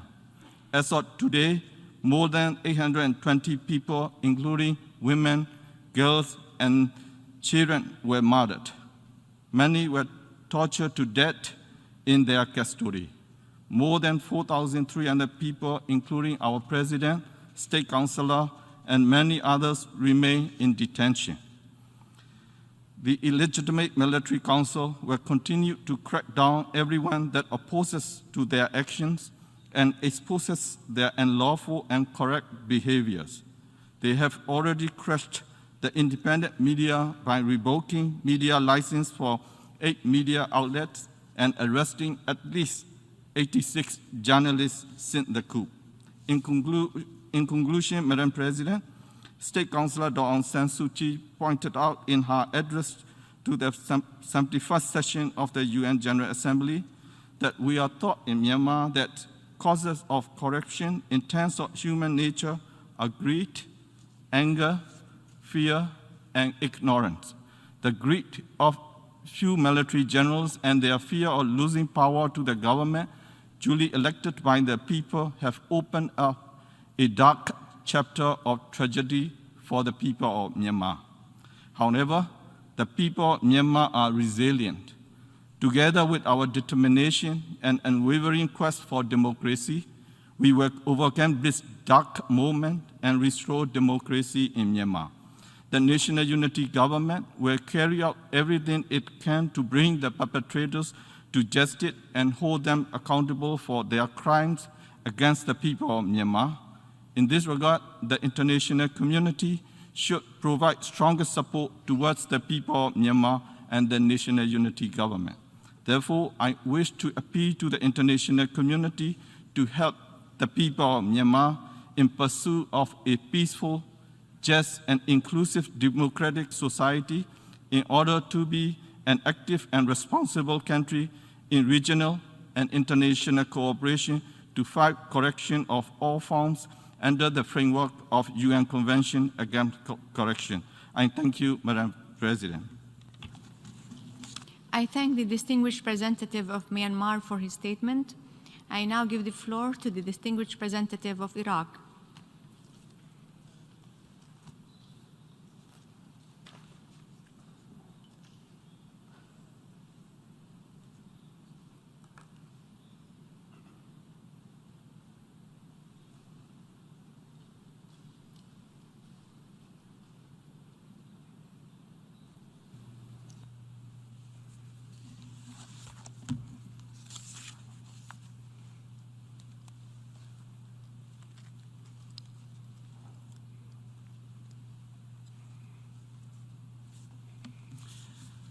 السيدة الرئيسة، أود في البدء الترحيب بعقد هذه الدورة الخاصة للجمعية العامة المتعلقة بمكافحة الفساد، والتي تنعقد مع الشروع بعقد العمل لتنفيذ أهداف التنمية المستدامة، وتتزامن كذلك مع تحديات غير مسبوقة يشهدها العالم والمتمثلة بجائحة كورونا 19 وتأثيراتها الاقتصادية والاجتماعية والعالمية، وبخاصة على الدول النامية، الأمر الذي يستلزم بذل جهود استثنائية لغرض تحقيق التعافي السريع والعودة إلى مسار تنفيذ أهداف التنمية المستدامة بحلول 2030. وترحب بلادي باعتماد الإعلان السياسي لهذه الجلسة الخاصة للجمعية العامة لمكافحة الفساد.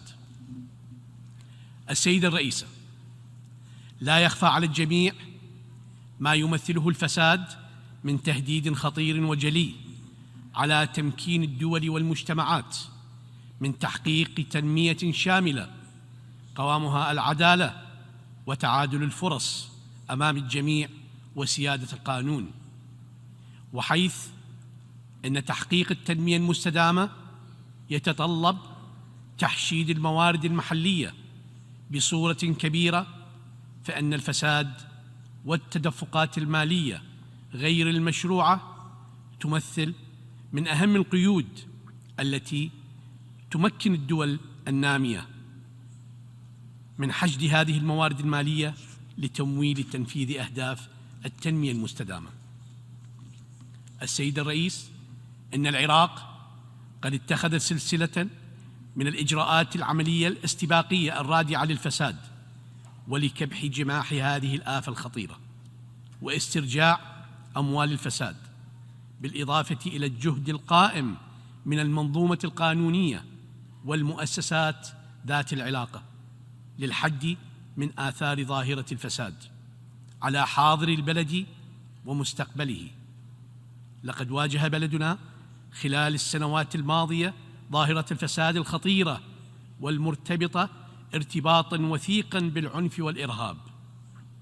وبينما نجح العراق في مواجهة الإرهاب عسكرياً بقوة وإرادة شعبنا وتضحية قواتنا بكافة تشكيلاتها والمجتمع الدولي، فإن تحدي الفساد لا يقل خطورة، حيث يسعى لإدامة وضعه وتغذية العنف وتهديد السلم المجتمعي.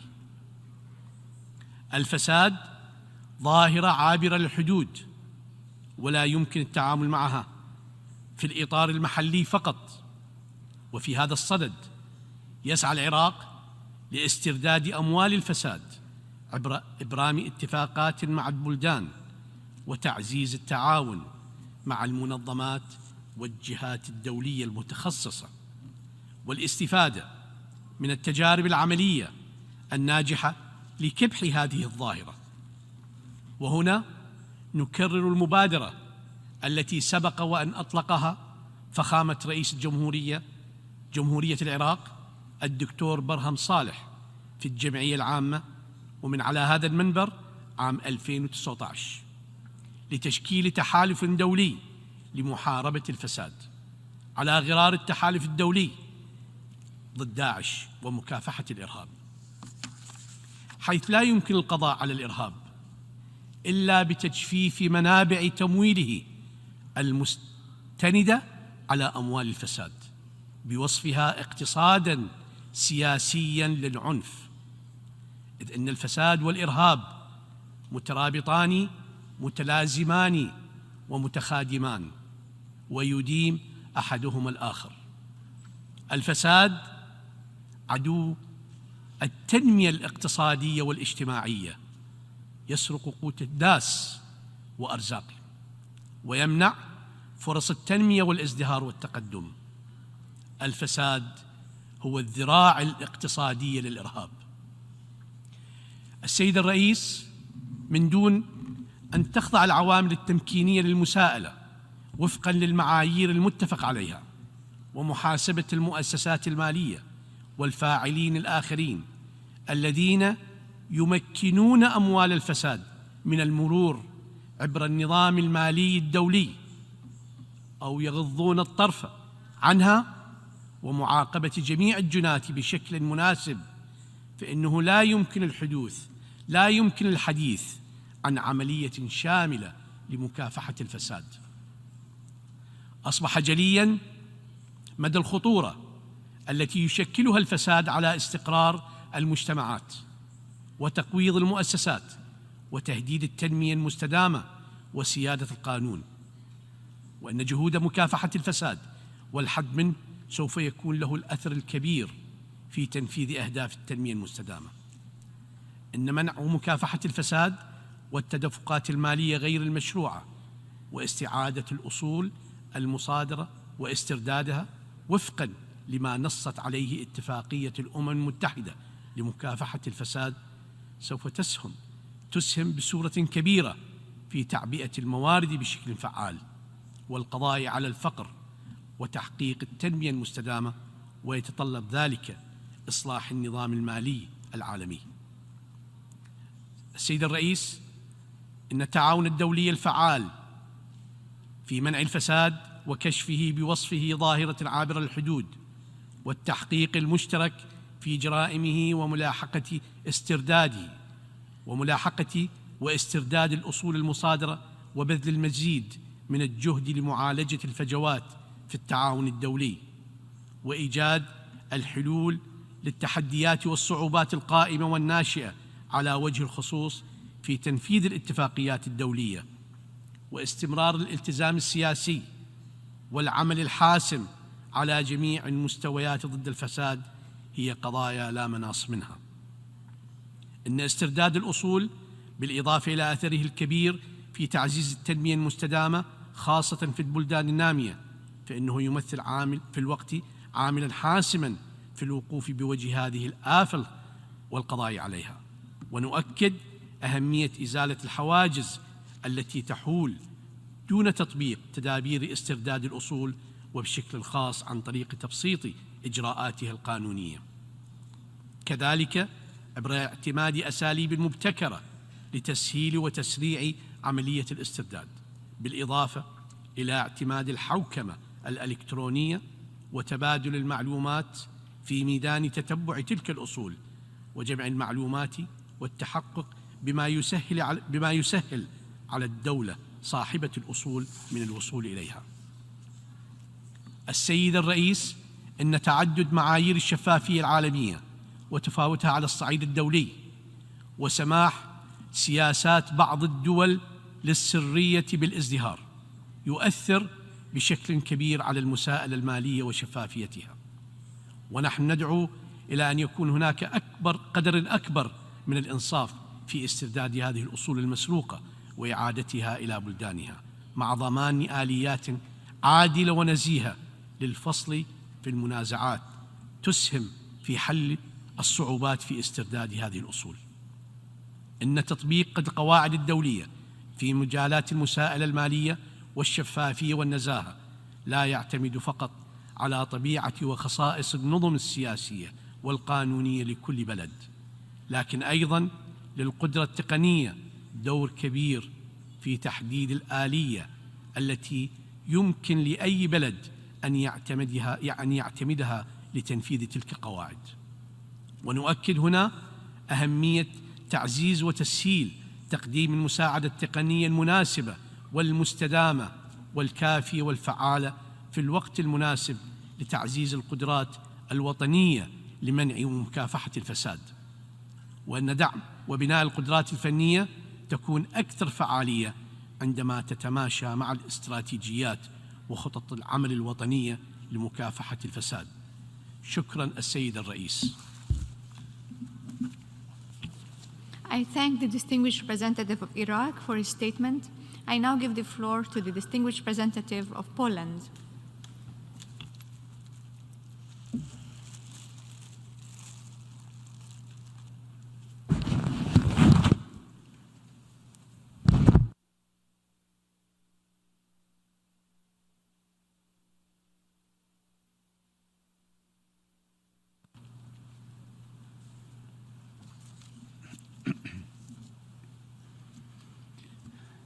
Madam President, Excellencies, ladies and gentlemen, Poland aligns itself with a statement delivered earlier on behalf of the European Union and its member states, and we wish to offer a few additional remarks. Madam President, corruption knows no border. Corruption harms everybody and everywhere. Corruption undermines trust, corruption destroys societies, corruption hampers development.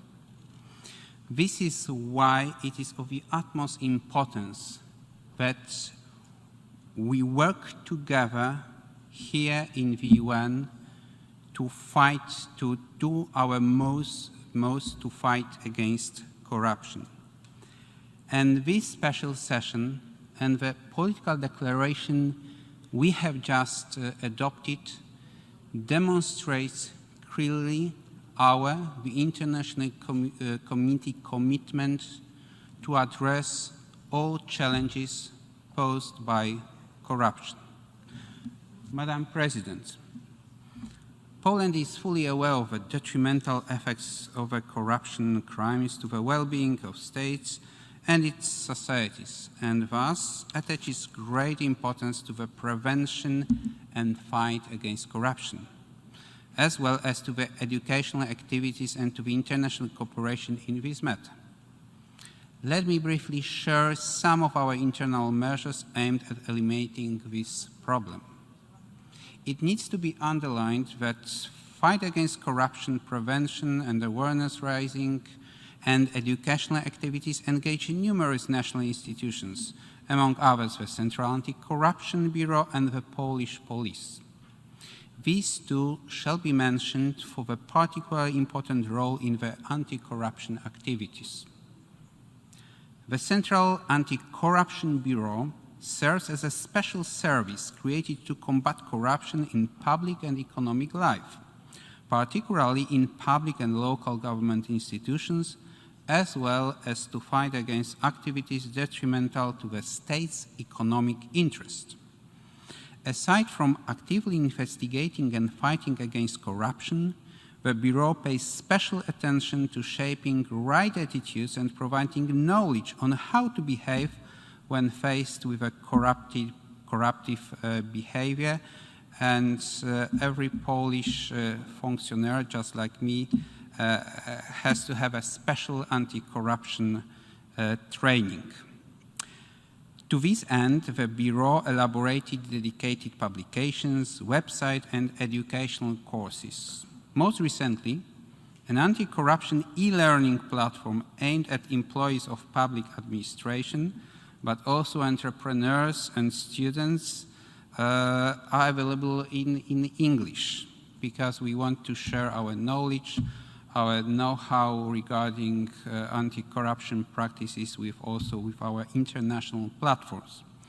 The platform proved to be very successful and will benefit in strengthening resilience among the society towards corruption risks. Another example worth mentioning is the police, where special officers serving in specialized units for combating corruption crime are located within all the regional structures of the Polish police. In the last few years, these officers have implemented over a dozen projects with the main objective to prevent corruption, among others: facilitating digital access to information on anti-corruption efforts via police website, which provides information on issues ranging from the role of police in the fight against corruption, national regulations in the fight against corruption, international regulations in the fight against corruption, to research on corruption and professional ethics. There is also information on ways to report corruption, including corruption in the police itself. Another example: organization of courses on preventing corruption for police officers, supporting anti-corruption education in the sports environment, development and implementation of courses in e-learning format on counteracting corruption jointly with the police academy, and also conducting anti-corruption training for civil servants, and I have already referred to this, and exchange of information with Europol and Interpol, in particular on corruption in sport, and active participation in the work of Europol analysis project corruption, and the Interpol match-fixing task force. Madam President, in conclusion, we are aware that the international cooperation in preventing and combating corruption is necessary. Even more, it's a condition sine qua non of effective combating corruption, because corruption is a trans-border phenomenon. In this context, we stand ready to exchange our experience and good practices in this field and at this UN August body and at other regional and international fora. Thank you, Madam President. I thank the distinguished representative of Poland for his statement. I now give the floor to the distinguished representative of Spain.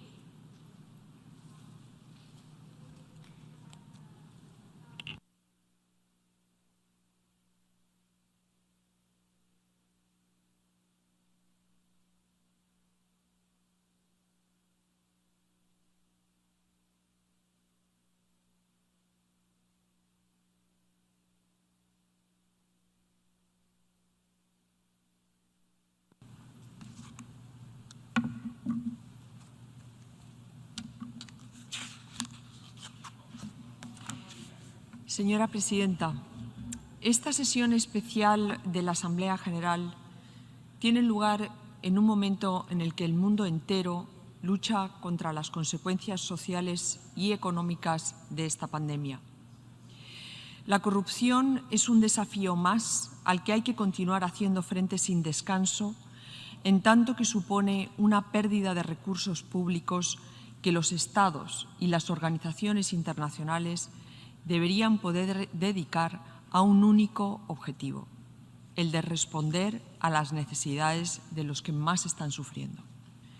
Pero la corrupción es también un desafío para el prestigio y la credibilidad de las instituciones en un momento en el que los ciudadanos demandan respuestas y acciones inmediatas.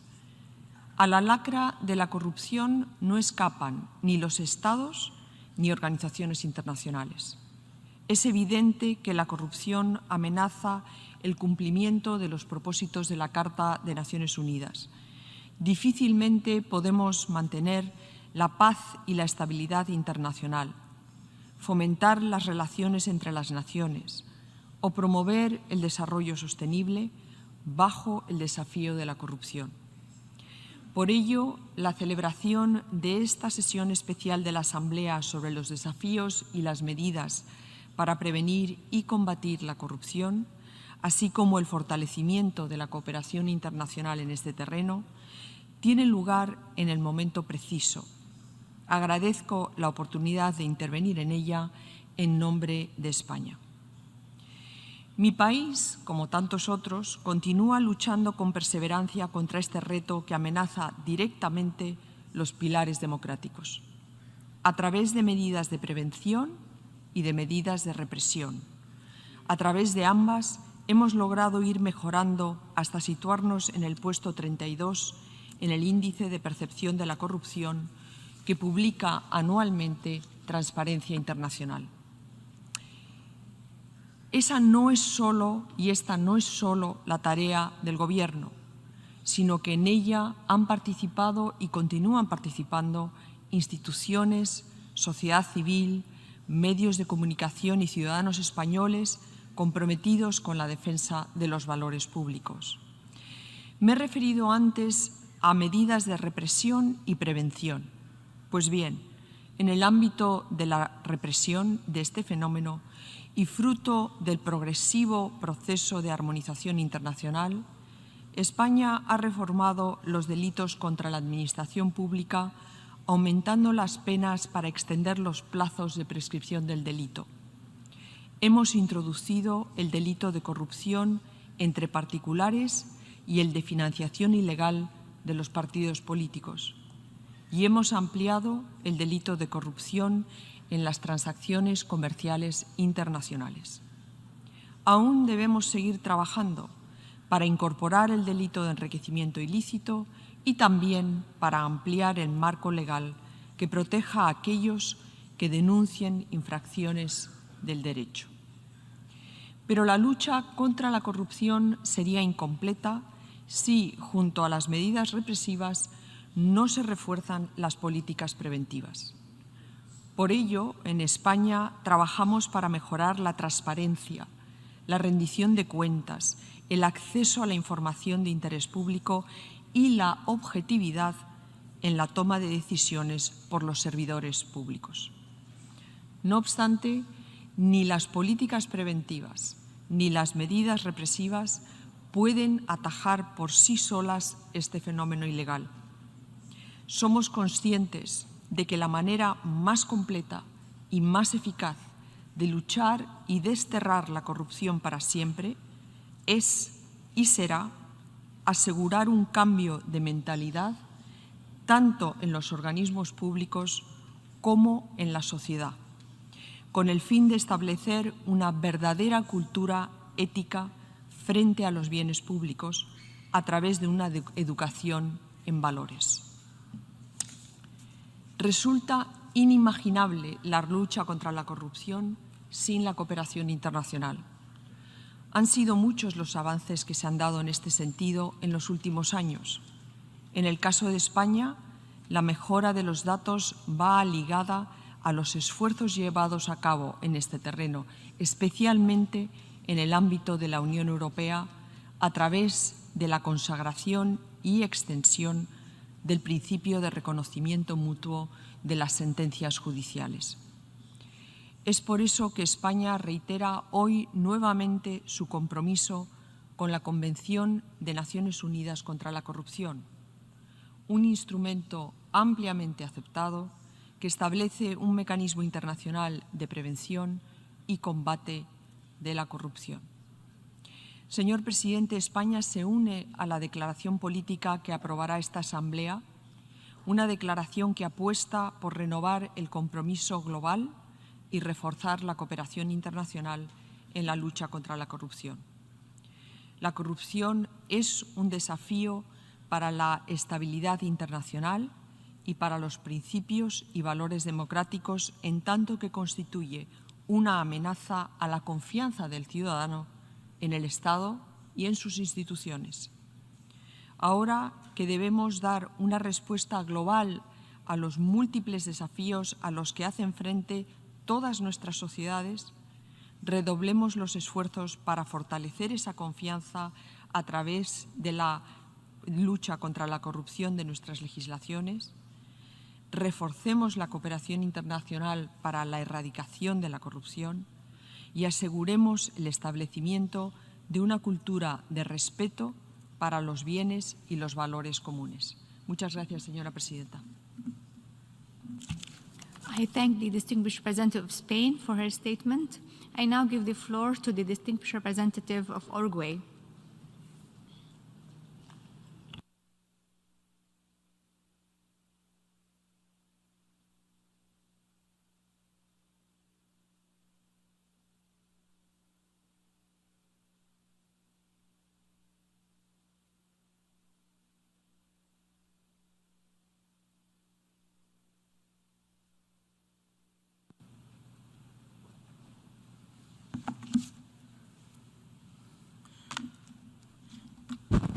Muchas gracias, señora Presidente.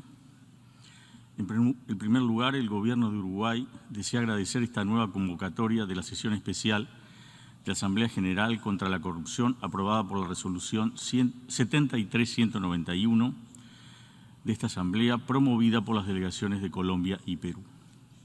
Señora Presidenta, en los últimos años nuestro país ha realizado esfuerzos para combatir el flagelo de la corrupción, en particular con una adecuación legislativa acompañada de los mecanismos para su mejor implementación.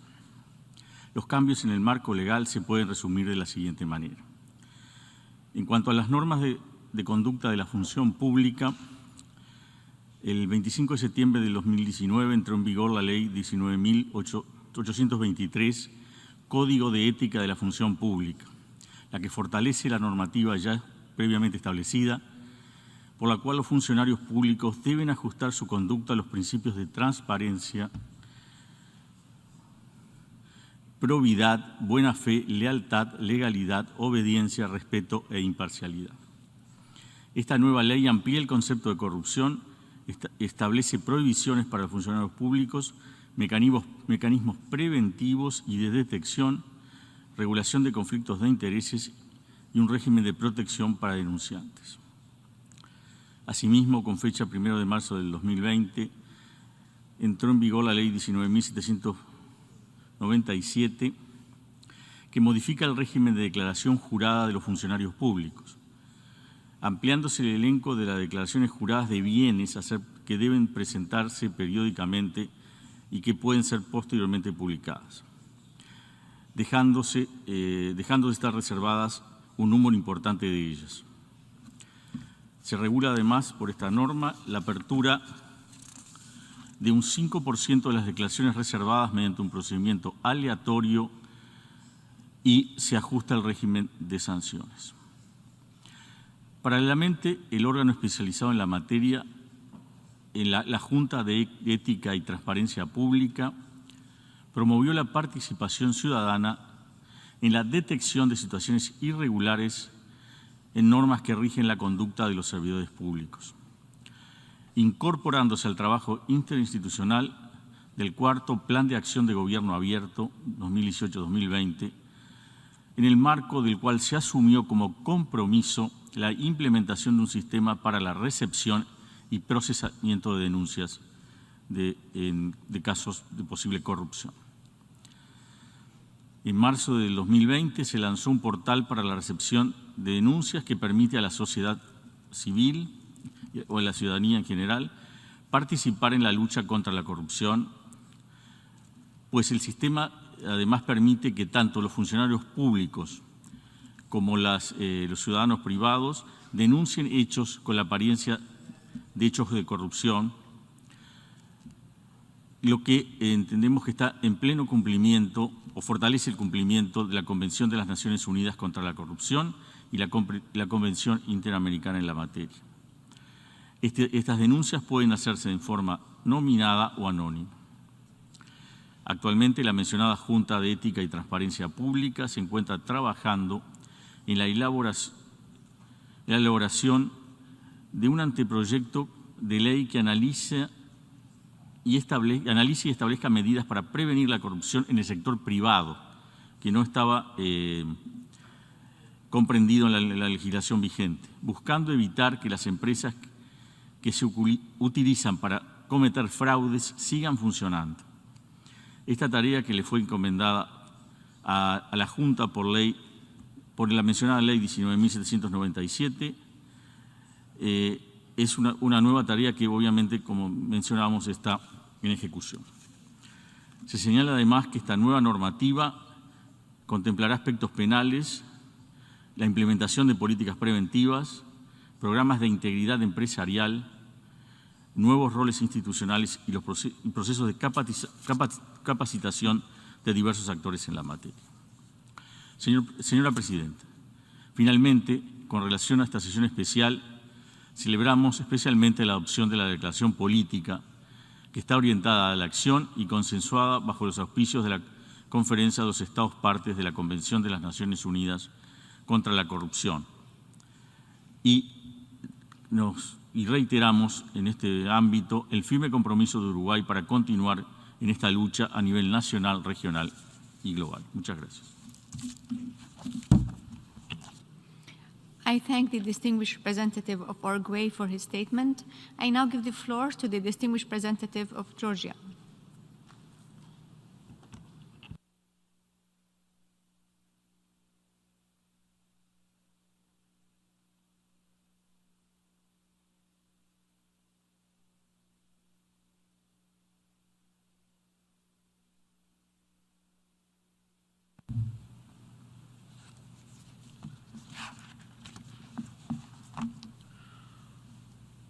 Madam President, distinguished delegates, it is my honor to address this special session of the General Assembly, which brings together the international community united with the spirit to combat one of the greatest challenges of our time, corruption.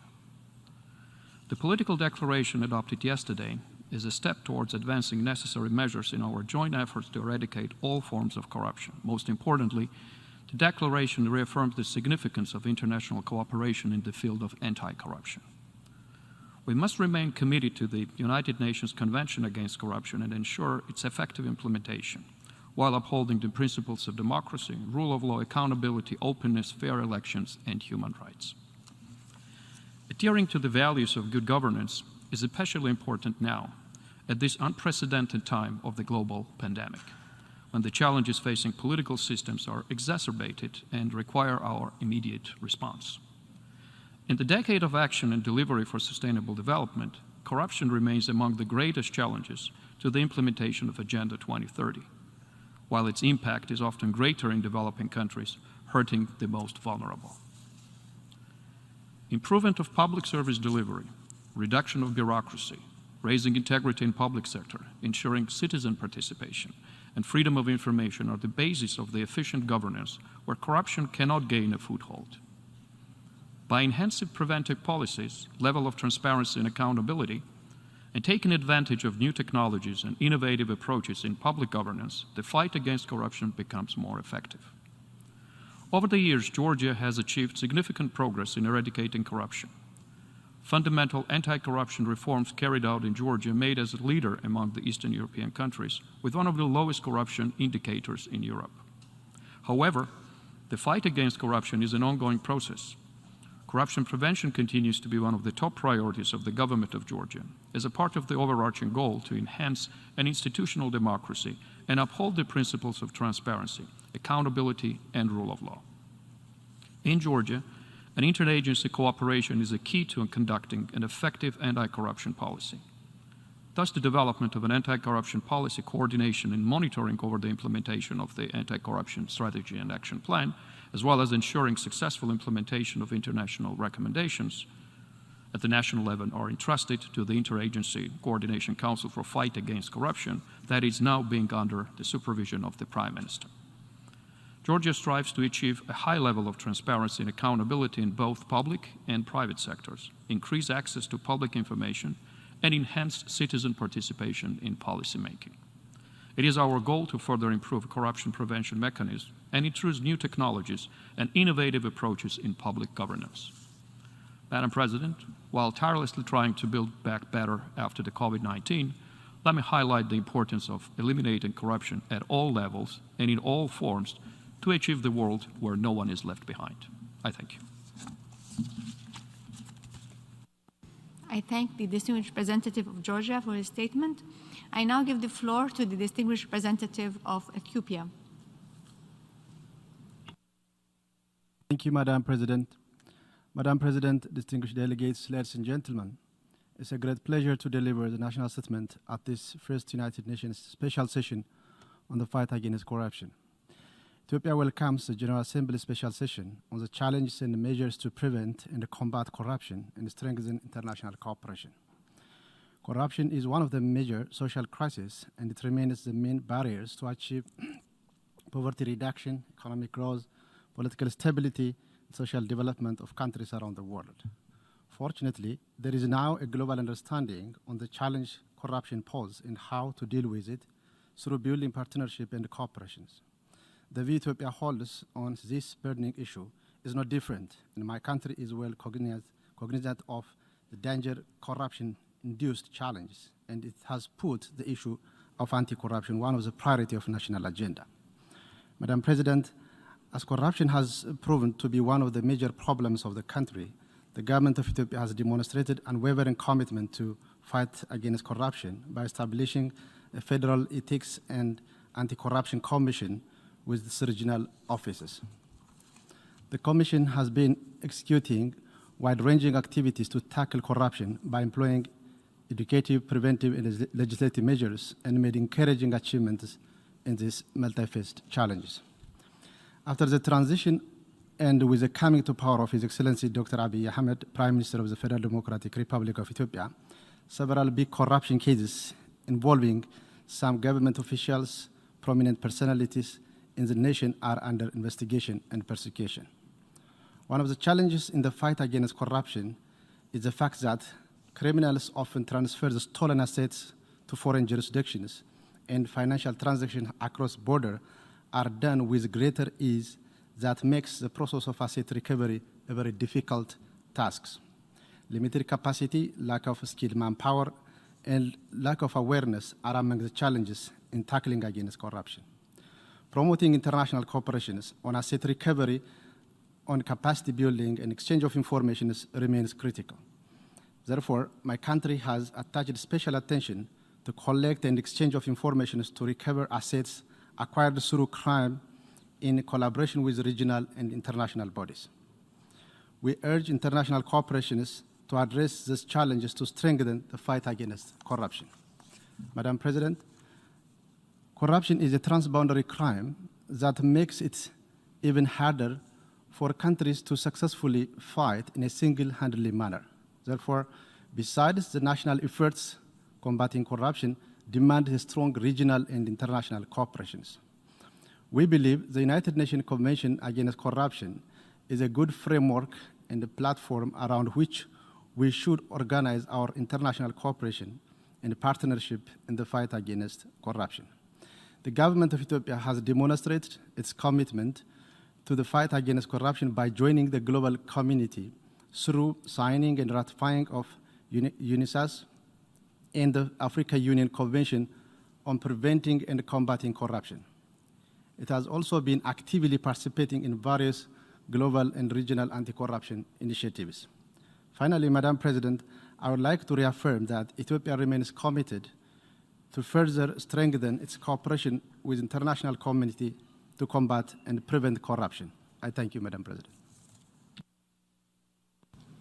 I thank the distinguished representative of Ethiopia for his statement. I now give the floor to the distinguished representative of Namibia.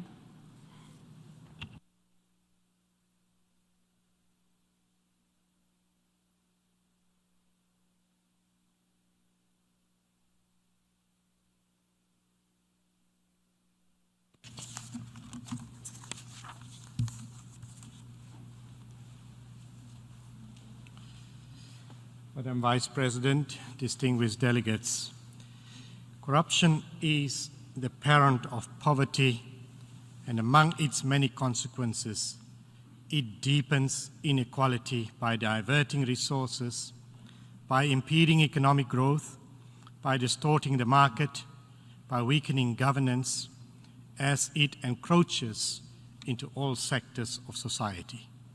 It is a global phenomenon that takes place in many different forms and across many different borders. Successful combating of this erosive phenomenon requires a multidisciplinary approach as well as effective international cooperation among states and other stakeholders.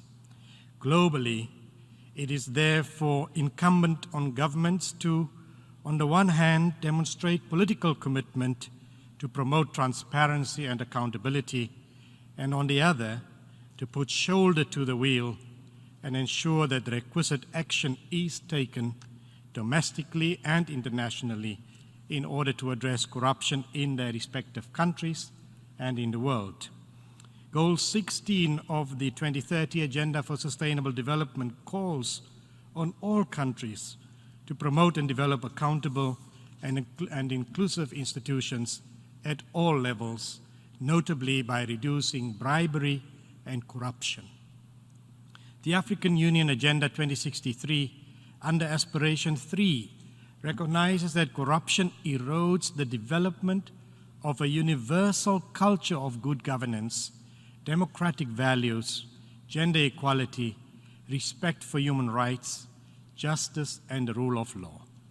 Madam Vice President, Namibia's anti-corruption efforts were set in motion upon our attainment of independence in 1990. Structures that would ensure that transparency would be one of the cornerstones of our governance architecture were immediately put in place. Namibia has continued on this trajectory and has worked on strengthening its institutions, processes, and systems which serve as vital pillars in the fight against corruption and have created a synergy between the executive, the legislative, and the judicial organs of the state in order to entrench good governance, transparency, and accountability. In this connection, many anti-corruption laws, such as the Anti-Corruption Act, the Prevention of Organized Crime Act, the Financial Intelligence Act, the Public Procurement Act, and the Whistleblowers Protection Act, had been enacted to fight corruption at national level. Despite progress being made in the fight against corruption, we are cognizant of the fact that the war is far from over and the fights are many. Illicit financial flows remain a problem on the African continent, hence the need to raise awareness and encourage the public to tackle corruption. The various blueprints and charters that we have enacted, both at national and international level, will remain elusive in a serious if a serious commitment to the fight against corruption is not taken. Madam Vice President, the United Nations Convention Against Corruption does not define corruption in a single form. It rather introduces a comprehensive set of standards, measures, and rules that all countries can apply in order to strengthen their legal and regulatory regimes to fight corruption. This approach speaks volumes to the truth that corruption is not only committed by criminal conduct, but it is oftentimes committed through political and administrative decisions. We are pleased to note that we were able to come together as state parties to the UN Convention Against Corruption and enunciate a concise and action-oriented political declaration that galvanizes our existing commitments and also sets out specific actions to further bolster our resolve and the measures we currently have in place. Namibia is pleased to express full support to the political declaration adopted at the start of this important meeting. We welcome the fact that to date 187 parties have ratified or acceded to the convention, thus making it an instrument enjoying a status very close to universal adherence. Namibia therefore urges all states that have not yet done so to consider ratifying or acceding to the convention as a matter of priority. Madam Vice President, as we continue to build back better in a more equitable and sustainable way following the COVID-19 pandemic and its devastating effects, it is imperative that we redouble our efforts to prevent and combat corruption and ensure that corruption safeguards and responses are integral elements of our recovery efforts. In conclusion, we need to reaffirm our collective commitment to fight the scourge of corruption and ensure that by 2030, we will have met the ambitious goals we set for ourselves in the 2030 Agenda, including eradicating poverty in all its forms and dimensions and ensuring that no one is left behind. I thank you. I thank the distinguished representative of Namibia for his statement, and I give the floor to the distinguished representative of Afghanistan.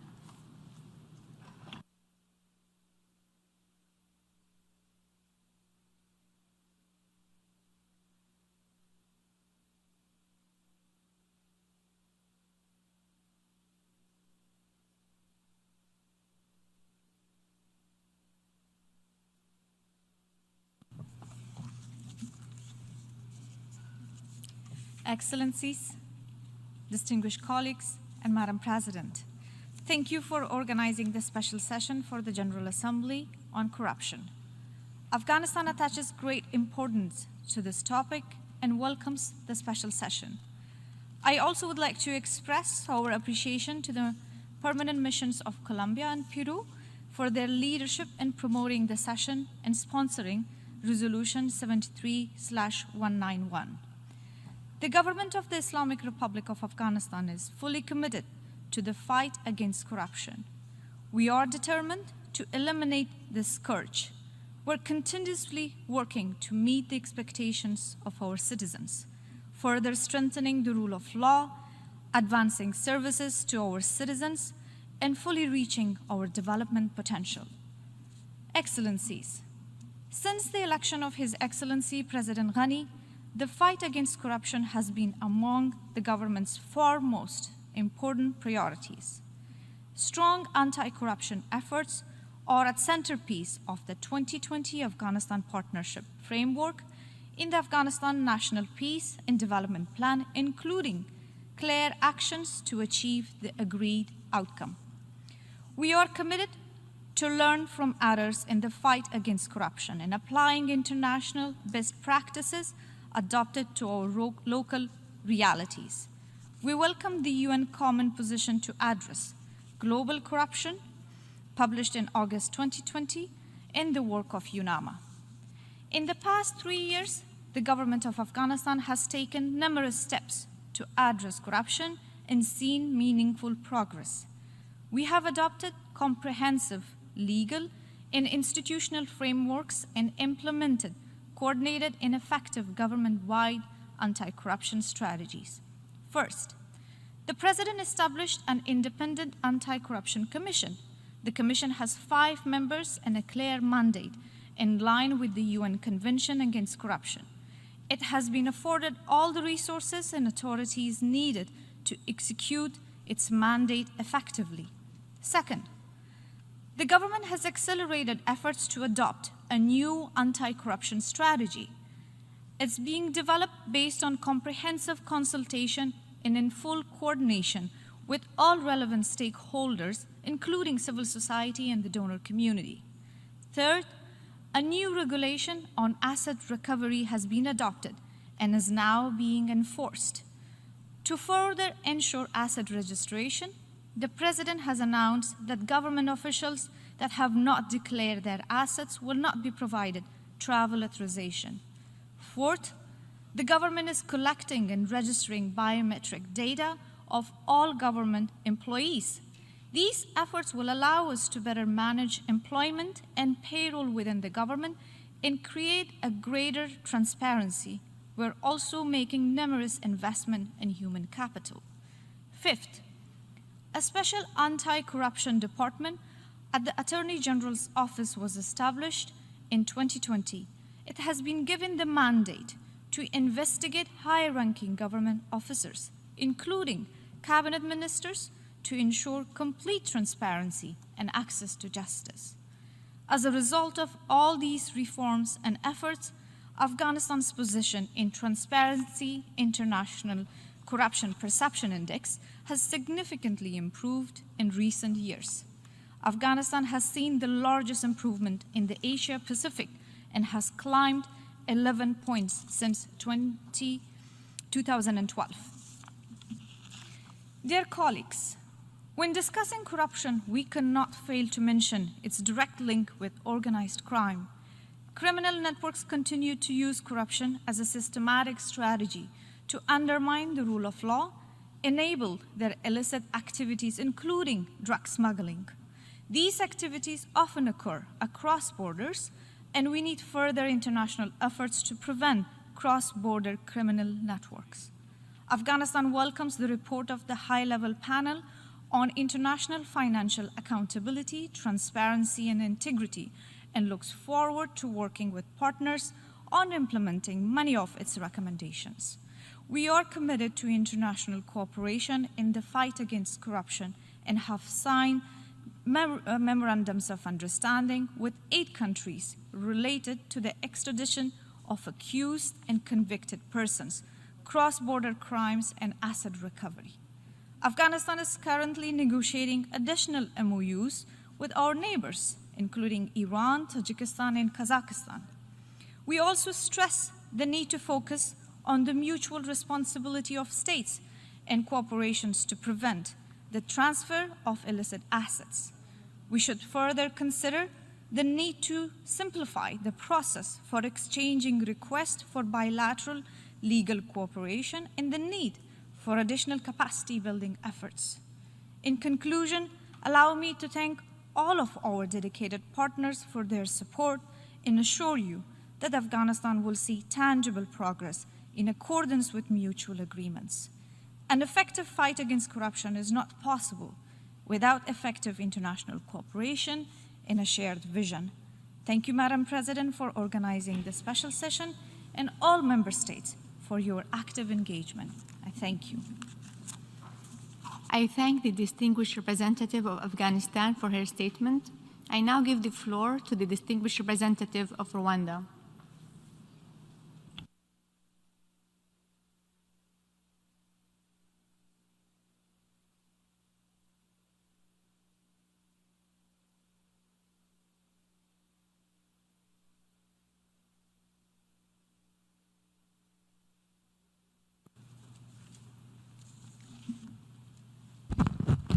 Thank you, Madam President.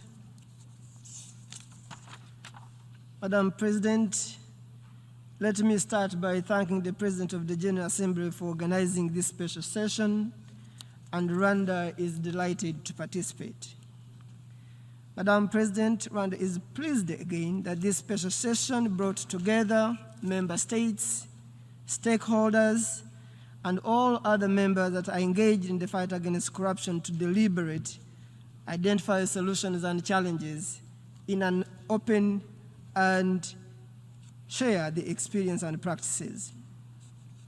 Madam President, Rwanda, Kigali remains the proud home of the iconic anti-corruption sculpture that was unveiled in 2019 by the State of Qatar in collaboration with the United Nations, which had chosen Rwanda to host the International Anti-Corruption Excellence Award in recognition of Rwanda's effort in the fight against corruption. Rwanda will continue to be a committed partner in the struggle to fight corruption. Madam President, however, corruption still remains an issue not to be ignored, despite the effective governance and strong political will to fight corruption. Rwanda's national authorities, the private sector, and the civil society through the National Advisory Council to fight corruption and injustice in Rwanda have worked hard to put in place tools for effective anti-corruption environment. Madam President, in the same direction, strong mechanisms of investigations must be established. Offenses such as illicit financial flows, money laundering, and illicit enrichment should be effectively investigated and prosecuted. By combining our effort, Madam President, I am sure that we will end the safe haven of corruption funds. We need then to assist each other and increase cooperation in asset recovery processes. Indeed, the fight against corruption requires all of us to work together. Fighting corruption and being held accountable allows member states to use their national resources effectively and for the well-being of their citizens. Madam President, fighting corruption is a struggle for transparency, public integrity, and accountability. Tolerating corruption should not be an inevitable. As member states, it's within our powers to end corruption. Otherwise, it would be a waste of time to keep talking about it. We know very well, Madam President, that combating corruption may have a political cost, but the price for not uprooting it is much higher.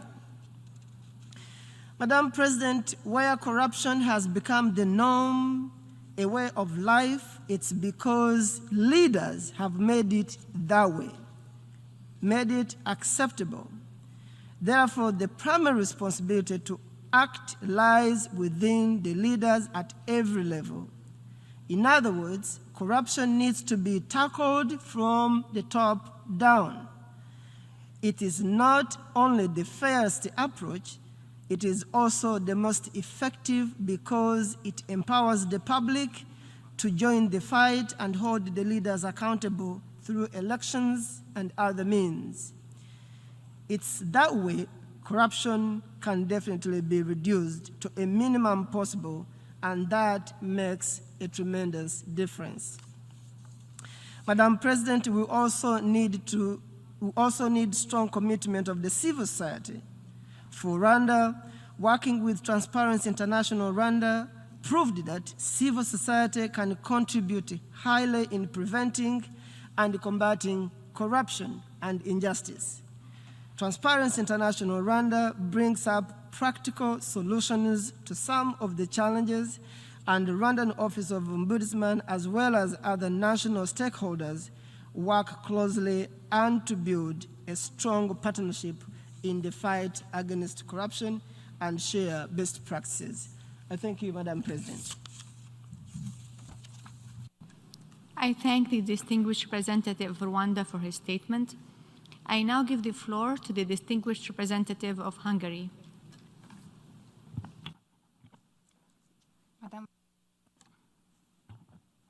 Madam Vice President, distinguished delegates, Hungary welcomes the convening of the General Assembly Special Session on Corruption, which provides a unique opportunity to strengthen our global cooperation in fighting corruption and taking joint action against organized crimes. We also welcome the ambitious and forward-looking political declaration adopted on this occasion. We strongly condemn corruption in all its forms, and since the change of regime in Hungary, there has been continuous political effort to take targeted action against corruption.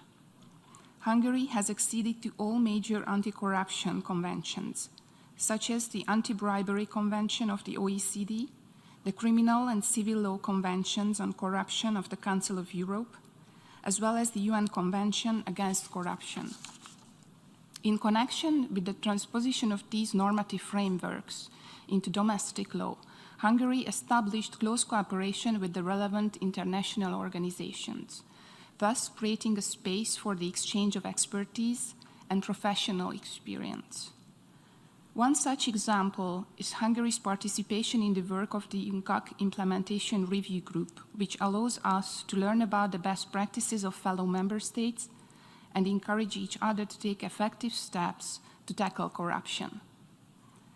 The fight against corruption in Hungary is coordinated through multi-annual national action plans. Under the coordination of the National Protective Service, the National Anti-Corruption Program for the period of 2015 to 2018 has been successfully implemented, and while we place emphasis on preserving its achievements, we are continuing the work within the framework of the National Anti-Corruption Strategy for the period 2020-2022. The new strategy aims to address new areas exposed to corruption that were not covered in the previous period, creating conditions for a fair society for all and encouraging joint action for the common goals of society. Hungary's anti-corruption policy pays special attention to prevention and crime detection. In our view, effective action is only possible in a properly regulated and consistent legal environment. In this framework, Hungary has taken comprehensive anti-corruption measures in recent years. The new criminal code that entered into force in 2013 tightened the criminal law regulation of corruption offenses. Penalties are now more severe. Public procurement rules are stricter than before, and laws also provide greater transparency. The activity of the authorities has also considerably increased so as to reduce latency. Furthermore, a large-scale information campaign has been completed by the end of 2019. These domestic measures, together with anti-corruption education, preventive tools and initiatives, have significantly contributed to increasing the effectiveness of the fight against corruption. The impact of these policies is clearly visible, and the number of charges and prosecutions related to corruption doubled between 2012 and 2016. Furthermore, corruption is detected with an efficiency of 97%, which corresponds to the level of convictions. Our legal institutions and aspirations have also gained recognition and have been used as an example abroad. These are only a few examples serving to demonstrate Hungary's commitment on the international and national level to eliminate corruption and contribute to global efforts to this end. We appreciate this opportunity to hear from other member states and distinguished speakers on this key matter and continue to learn from each other. I thank you. I thank the distinguished representative of Hungary for her statement. I now give the floor to the distinguished representative of Luxembourg.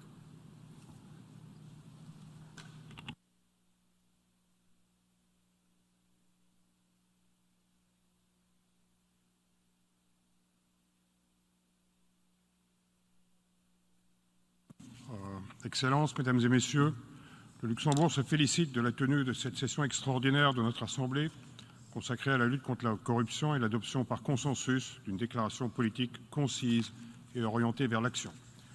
Comme le rappelle le préambule de la Convention des Nations Unies contre la corruption, entrée en vigueur en décembre 2005, la corruption constitue une menace pour la stabilité et la sécurité des sociétés en sapant les institutions et les valeurs démocratiques les valeurs éthiques et la justice.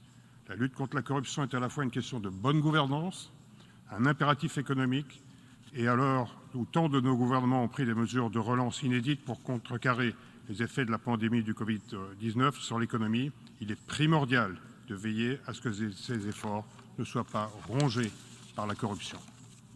Si aucune société n'est à l'abri de ce fléau, ce sont comme souvent les plus démunis qui souffrent de façon disproportionnée des conséquences de la corruption. C'est parce qu'elle peut affecter une part importante des ressources d'un État que la corruption compromet également le développement durable et qu'elle creuse les inégalités. Conscient de sa responsabilité en tant que pays donateur, le Luxembourg s'est engagé à partager les données publiques sur ses dépenses consacrées à l'aide publique au développement en rejoignant en 2020 l'initiative internationale pour la transparence de l'aide. Par cette adhésion, le Luxembourg a adopté les normes de transparence les plus rigoureuses, de façon à maximiser les retombées pour les populations les plus pauvres et les plus vulnérables. Par ailleurs, et toujours dans le cadre de sa coopération au développement, mon pays mise sur une gouvernance inclusive en soutenant les réformes sectorielles et administratives de ses pays partenaires en vue d'améliorer l'offre et l'accès à des services publics de base de qualité. Mon pays s'engage aussi au niveau de la coopération internationale contre la corruption. Ainsi, par exemple, nous avons signé fin 2020 avec la Suisse et le Pérou un accord trilatéral en vue de la restitution d'avoirs saisis et confisqués dans le cadre d'une affaire de corruption impliquant un haut fonctionnaire. La restitution se fera en conformité avec l'article 57 de la Convention des Nations Unies contre la corruption. Une fois l'accord trilatéral entré en vigueur, les avoirs récupérés au Luxembourg et en Suisse seront affectés à des projets au Pérou visant à renforcer la justice et la lutte contre la corruption. Sur le plan national, mon pays met en œuvre les recommandations du groupe d'État contre la corruption du Conseil de l'Europe, le GRECO, dont il est un des membres fondateurs. Depuis la création de cet organe, en 1999, mon pays a fait l'objet de 5 cycles d'évaluation du GRECO portant sur différents thèmes en rapport avec l'infraction de corruption, la prévention et la lutte de cette infraction, contre cette infraction. Ainsi, sur base des recommandations du GRECO, mon pays a élaboré un nouveau code de déontologie applicable aux membres du gouvernement et un code de déontologie applicable aux hauts fonctionnaires. Ces 2 codes ont été adoptés fin 2019 par le gouvernement et ont été soumis au GRECO pour qu'ils puissent apprécier leur conformité par rapport à ces recommandations. L'entrée en vigueur de ces codes de déontologie, prévue pour 2022, permettra pleinement de mettre en œuvre un certain nombre de recommandations concernant les personnes chargées de hautes fonctions dans l'exécutif. Enfin, au niveau de l'Union européenne, le Luxembourg s'enorgueillit d'abriter le siège du nouveau procureur européen, un instrument déterminant à la gouvernance européenne et à la gestion des deniers publics européens. La session extraordinaire de l'Assemblée générale, ainsi que la déclaration politique que nous avons adoptée à cette occasion, présente une opportunité unique pour galvaniser nos efforts en matière de lutte contre la corruption. Sachons la saisir. Je vous remercie pour votre attention.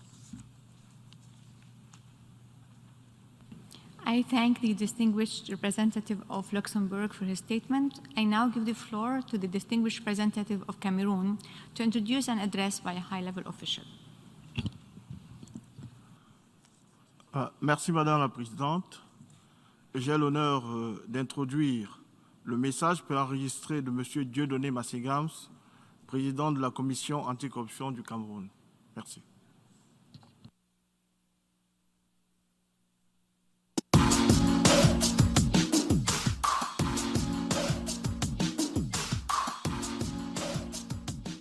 Depuis la ratification par le Cameroun de la Convention des Nations Unies sur la lutte contre la corruption le 18 mai 2004, il y a eu beaucoup de progrès par rapport à la lutte contre la corruption. En 2005, l'Agence nationale d'investigation financière a été créée. L'année qui a suivi, en 2006, il y a eu création de la Commission nationale anticorruption. Il y a eu également, en 2006, la loi relative à la déclaration des biens et avoirs. En 2010, la Commission nationale anticorruption, avec le concours des partenaires techniques et financiers, a mis sur pied la stratégie nationale de lutte contre la corruption. Ceci est un très grand avantage Et nous pensons que c'est un acquis qui est très important pour notre pays aujourd'hui. En dehors de la création de l'ANIF, du contrôle supérieur de l'État, de la Chambre des comptes, il y a eu également la ratification de la Convention de l'Union africaine sur la lutte contre la corruption. Cette corruption qui était un problème tabou au départ, mais aujourd'hui devenue une préoccupation et les gens n'ont plus peur de dénoncer. Il y a eu changement de mentalité. La peur n'est plus du côté des dénonciateurs, mais la peur a gagné le camp des corrupteurs. Grâce à la création de la ligne verte, on est parti de 3 000 dénonciations à plus de 23 000 en 4 ans, 5 ans. Avec toutes les structures mises en place par le chef de l'État, le Cameroun a réussi en 10 ans à préserver plus de 1 000 milliards. Sur la supervision du chef de l'État et adossé à la volonté politique qui est la sienne depuis son accession au pouvoir en 1982, il y a eu 2 faits majeurs qui sont restés constants dans son orientation politique. Première chose, la rigueur. Deuxième chose, la moralisation dans la gestion de la République et des biens de la République. Nous avons encore un besoin ou 2 besoins qui se posent. Le premier, c'est le besoin exprimé par la population, c'est celui de voir les structures de lutte contre la corruption s'implanter au niveau des régions. La dernière préoccupation, c'est une loi relative à la lutte contre la corruption. Pour la première fois dans l'histoire de nos institutions et même de notre pays, la CONAC a été invitée par l'Assemblée nationale. Et à notre humble avis, cela n'est pas une invitation gratuite. C'est justement parce que l'Assemblée se trouve être la voix du peuple. Étant donc la voix du peuple, c'est par cette voix que les désirs du peuple peuvent être effectivement pris en compte et résolus. L'Assemblée nationale a fait des recommandations qui sont très très importantes, parmi lesquelles il y a effectivement le vote de la loi sur la lutte contre la corruption. En tant qu'Africains, combien de milliards sont-ils hors de l'Afrique d'une manière tout à fait générale et combien de milliards le Cameroun n'a-t-il pas dans certains pays loin de l'Afrique? Avec le concours de l'ONU, nous pensons que ce qui revient de droit aux peuples africains à cause du fait de la corruption devrait revenir aux Africains et le Cameroun s'associe à tous les pays qui aimeraient bien que ces avoirs volés, ces avoirs envoyés à l'extérieur par les réseaux de corruption rentrent pour le développement effectif. Voilà le dernier cri d'appel que nous lançons aussi vers la grande structure internationale, à savoir l'ONU.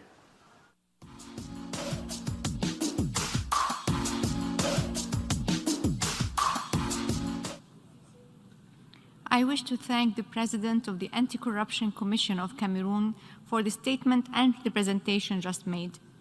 And now I would like to give the floor to the distinguished representative of Indonesia.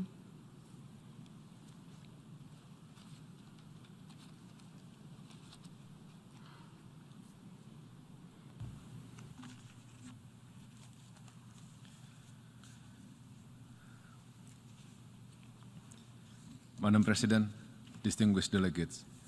At the outset, Indonesia is pleased that the GA has adopted the political declaration on our common commitment to effectively addressing challenges and implementing measures to prevent and combat corruption and strengthen international cooperation. For us, this declaration will galvanize our collective political commitment to address gaps and challenges, as well as guide us in our future anti-corruption efforts consistent with the UN Conventions Against Corruption, the UNCAC. Madam President, corruption is a crime with complex social, political, and economic transnational facets. It negatively impacts democracy, justice, the rule of law, and sustainable development. Globally, corruption also adapts to different contexts and circumstances. Its evolving capacity is apparent even during the COVID-19 pandemic, especially in the procurement and distribution of vaccines and the misuse of emergency funds. What is even worse is that it will hinder the post-pandemic recovery.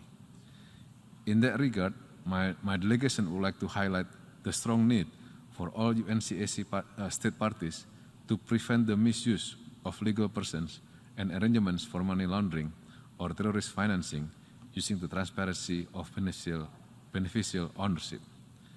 At the same time, international cooperation to recover proceeds of crimes remain challenging, with such problems as lack of political will, differences in legal system, and communication between requested and requesting countries, among others. Madam President, Indonesia wishes to reiterate its firm commitment to the prevention and combating of corruption in accordance with the UNCAC. On the issue of prevention in Indonesia, national programs and policies are being carried out jointly by all national ministries and local governments. This includes anti-corruption education and the improvement of legal frameworks, such as on Indonesian National Strategy on Prevention of Corruption, beneficial ownership transparency, and liability of legal persons. Information and communication technologies, including the development of a database of politically exposed persons and wealth declaration of public officials, are increasingly being utilized to capture, analyze, and share data to prevent, detect, and deter corrupt behavior. In order to maintain transparency, we also invite public participation in monitoring the progress of each implemented program. Madam President, moving forward beyond this special session, Indonesia would like to offer 3 salient points. First, international cooperation is essential. Indonesia encourages all countries to remove barriers to asset recovery by simplifying legal procedures in accordance with their domestic law. Furthermore, countries should work closely to strengthen the capacity of competent authorities responsible for asset recovery to enhance the identification, tracing, seizure, and confiscation of the proceeds of crime. Second, there is a need to understand the linkage between corruption and organized crime. Corruption often takes the role of catalyst and facilitating factor for crimes, including organized crime. Corruption and organized crime can often be intertwined, reinforcing each other. We need to further deepen our understanding of the interlinkages, risk, and impact of both problems to build effective responses in a sustainable and comprehensive manner. With the support of UNODC, the Bali process has, in this regard, issued a study on corruption as a facilitator of smuggling of migrants and trafficking in person in the Bali process region with a focus on Southeast Asia. Madam President, my third and last point, strengthening engagement among anti-corruption forums, is paramount. To achieve a world free of corruption, we should learn from each other.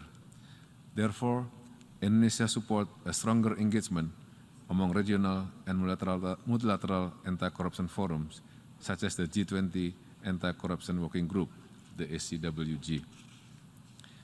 From Indonesia's view, this special session's outcome will be a valuable contribution to the work of the G20 ACWG, particularly for Indonesia's presidency of G20 in 2022. In conclusion, Madam President, we are hopeful This year's special session will strengthen our collective efforts in preventing and eradicating corruption under the UNCAC. Thank you, Madam President.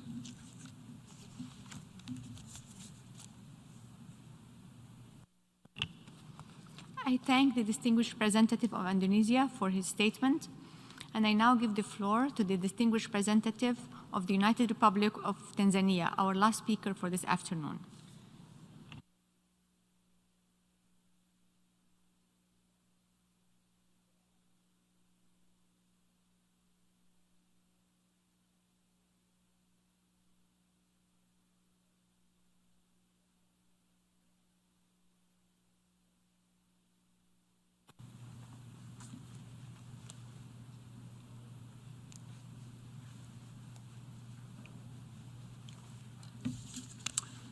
Madam President, Excellencies, distinguished delegates, ladies and gentlemen. At the outset, may I take this opportunity on behalf of the Tanzanian delegation to convey greetings from Her Excellency Samia Suluhu Hassan, the President of the United Republic of Tanzania. I also wish to take this opportunity to thank you, Madam President, for organizing this important meeting. This session provides an opportunity to shape the global anti-corruption agenda for the next decade by advancing bold and innovative approaches, scaling best practices, and developing new standards and mechanisms. Madam President, corruption is a global concern which requires both regional and international cooperation in the fight against it. The effects of corruption are immeasurable in the economy, politics, social development, which have continued to tear down our states. It also undermines the rule of law, therefore erodes public trust to governments. It increases inequality where the poor suffer the most. It increases the costs of doing business, inefficiency and wastage of resources, and also encourages crimes and illicit financial frauds. Our common mission, therefore, is to address the devastating challenges caused by corruption and strengthen cooperation. At the national level, the government of Tanzania has put in place several strategies, legislative and administrative measures for prevention and combating of corruption, including the following. First, the National Anti-Corruption Strategy and Action Plan, NACSA, which is a blueprint in addressing corruption and governance issues in Tanzania. This strategy has been implemented through 3 phases. Phase 1 from 2001-2005, Phase 2 from 2006 to 2011, and currently Phase 3 from 2017 to 2022. It is also a participatory tool of preventing corruption by building systems of integrity, accountability, and transparency, both in public and private institutions. This strategy sets strategic activities and targets to prevent and combat corruption in public procurement, revenue collection, utilization of natural resources, and administration of justice. Second, there has been strengthening of systems together with the various reforms, programs, and amendment of different laws relating to corruption so as to prevent and reduce incidences of corrupt practices at all levels in order to add value to the efficiency and transparency in public and private sector and enhance good governance. Third, the government of Tanzania has established a special division of the High Court, mainly to hear and determine cases involving corruption and economic offenses. This has enhanced the scope of corruption offenses in terms of the Economic and Organized Crime Control Act. It further provides for the provision of enhanced sanctions, including a direct mandatory confiscation of assets and instrumentalities once a person is convicted as a key factor of deterring organized crimes. It also provides holistic provisions on tracing and recovery of illegally acquired assets. Fourth, since Tanzania national budget is mainly allocated for development projects, the government, through anti-corruption institutions and other stakeholders, has established a public expenditure tracking systems with the objective of tracking public funds released from the center, namely Ministry of Finance, to the microservice delivery units with a view of improving value for money, accountability, and quality of service delivery. Madam President, with regard to international cooperation, the government of Tanzania recognizes that the corruption cannot be fought in isolation. We therefore believe in international cooperation and multilateralism as a key in the fight against corruption. To this end, the government of Tanzania, under the leadership of Her Excellency President Samia Suluhu Hassan, wishes to renew its commitment to all international and regional instruments that Tanzania has signed and ratified. Our focus emphasizes on critical areas of cooperation, like the enhancement of investigators' capacity by ensuring sufficient financial means to improve all policing resources, such as technological advancement, forensic abilities, and surveillance techniques. In conclusion, Madam President, my delegation wishes all participants successive deliberation. I thank you for your kind attention, and God bless you. I thank the distinguished representative of the United Republic of Tanzania for his statement. We have heard the last speaker for this meeting. We shall hear the remaining speakers tomorrow morning in this hall. The General Assembly has thus concluded this stage of its consideration of Agenda Item 7. Before adjourning, I invite the General Assembly to resume its consideration of Agenda Item 6, entitled Organization of the Session. Members will recall that in his letter dated 3rd of June 2021, the President of the General Assembly proposed that the General Assembly start the 5th meeting of its 32nd special session at 10:45 a.m. on 4th of June 2021. In this regard, may I take it that it's the wish of the General Assembly to start the 5th meeting of its 32nd special session at 10:45 a.m. on 4th of June 2021. It is so decided. The General Assembly has thus concluded this stage of its consideration of Agenda Item 6. Before adjourning, may I kindly request delegates to leave the hall while maintaining physical distancing. I thank you for your cooperation and have a good evening. The meeting is adjourned. Thank you. Thank you. Thank you. Have a good evening.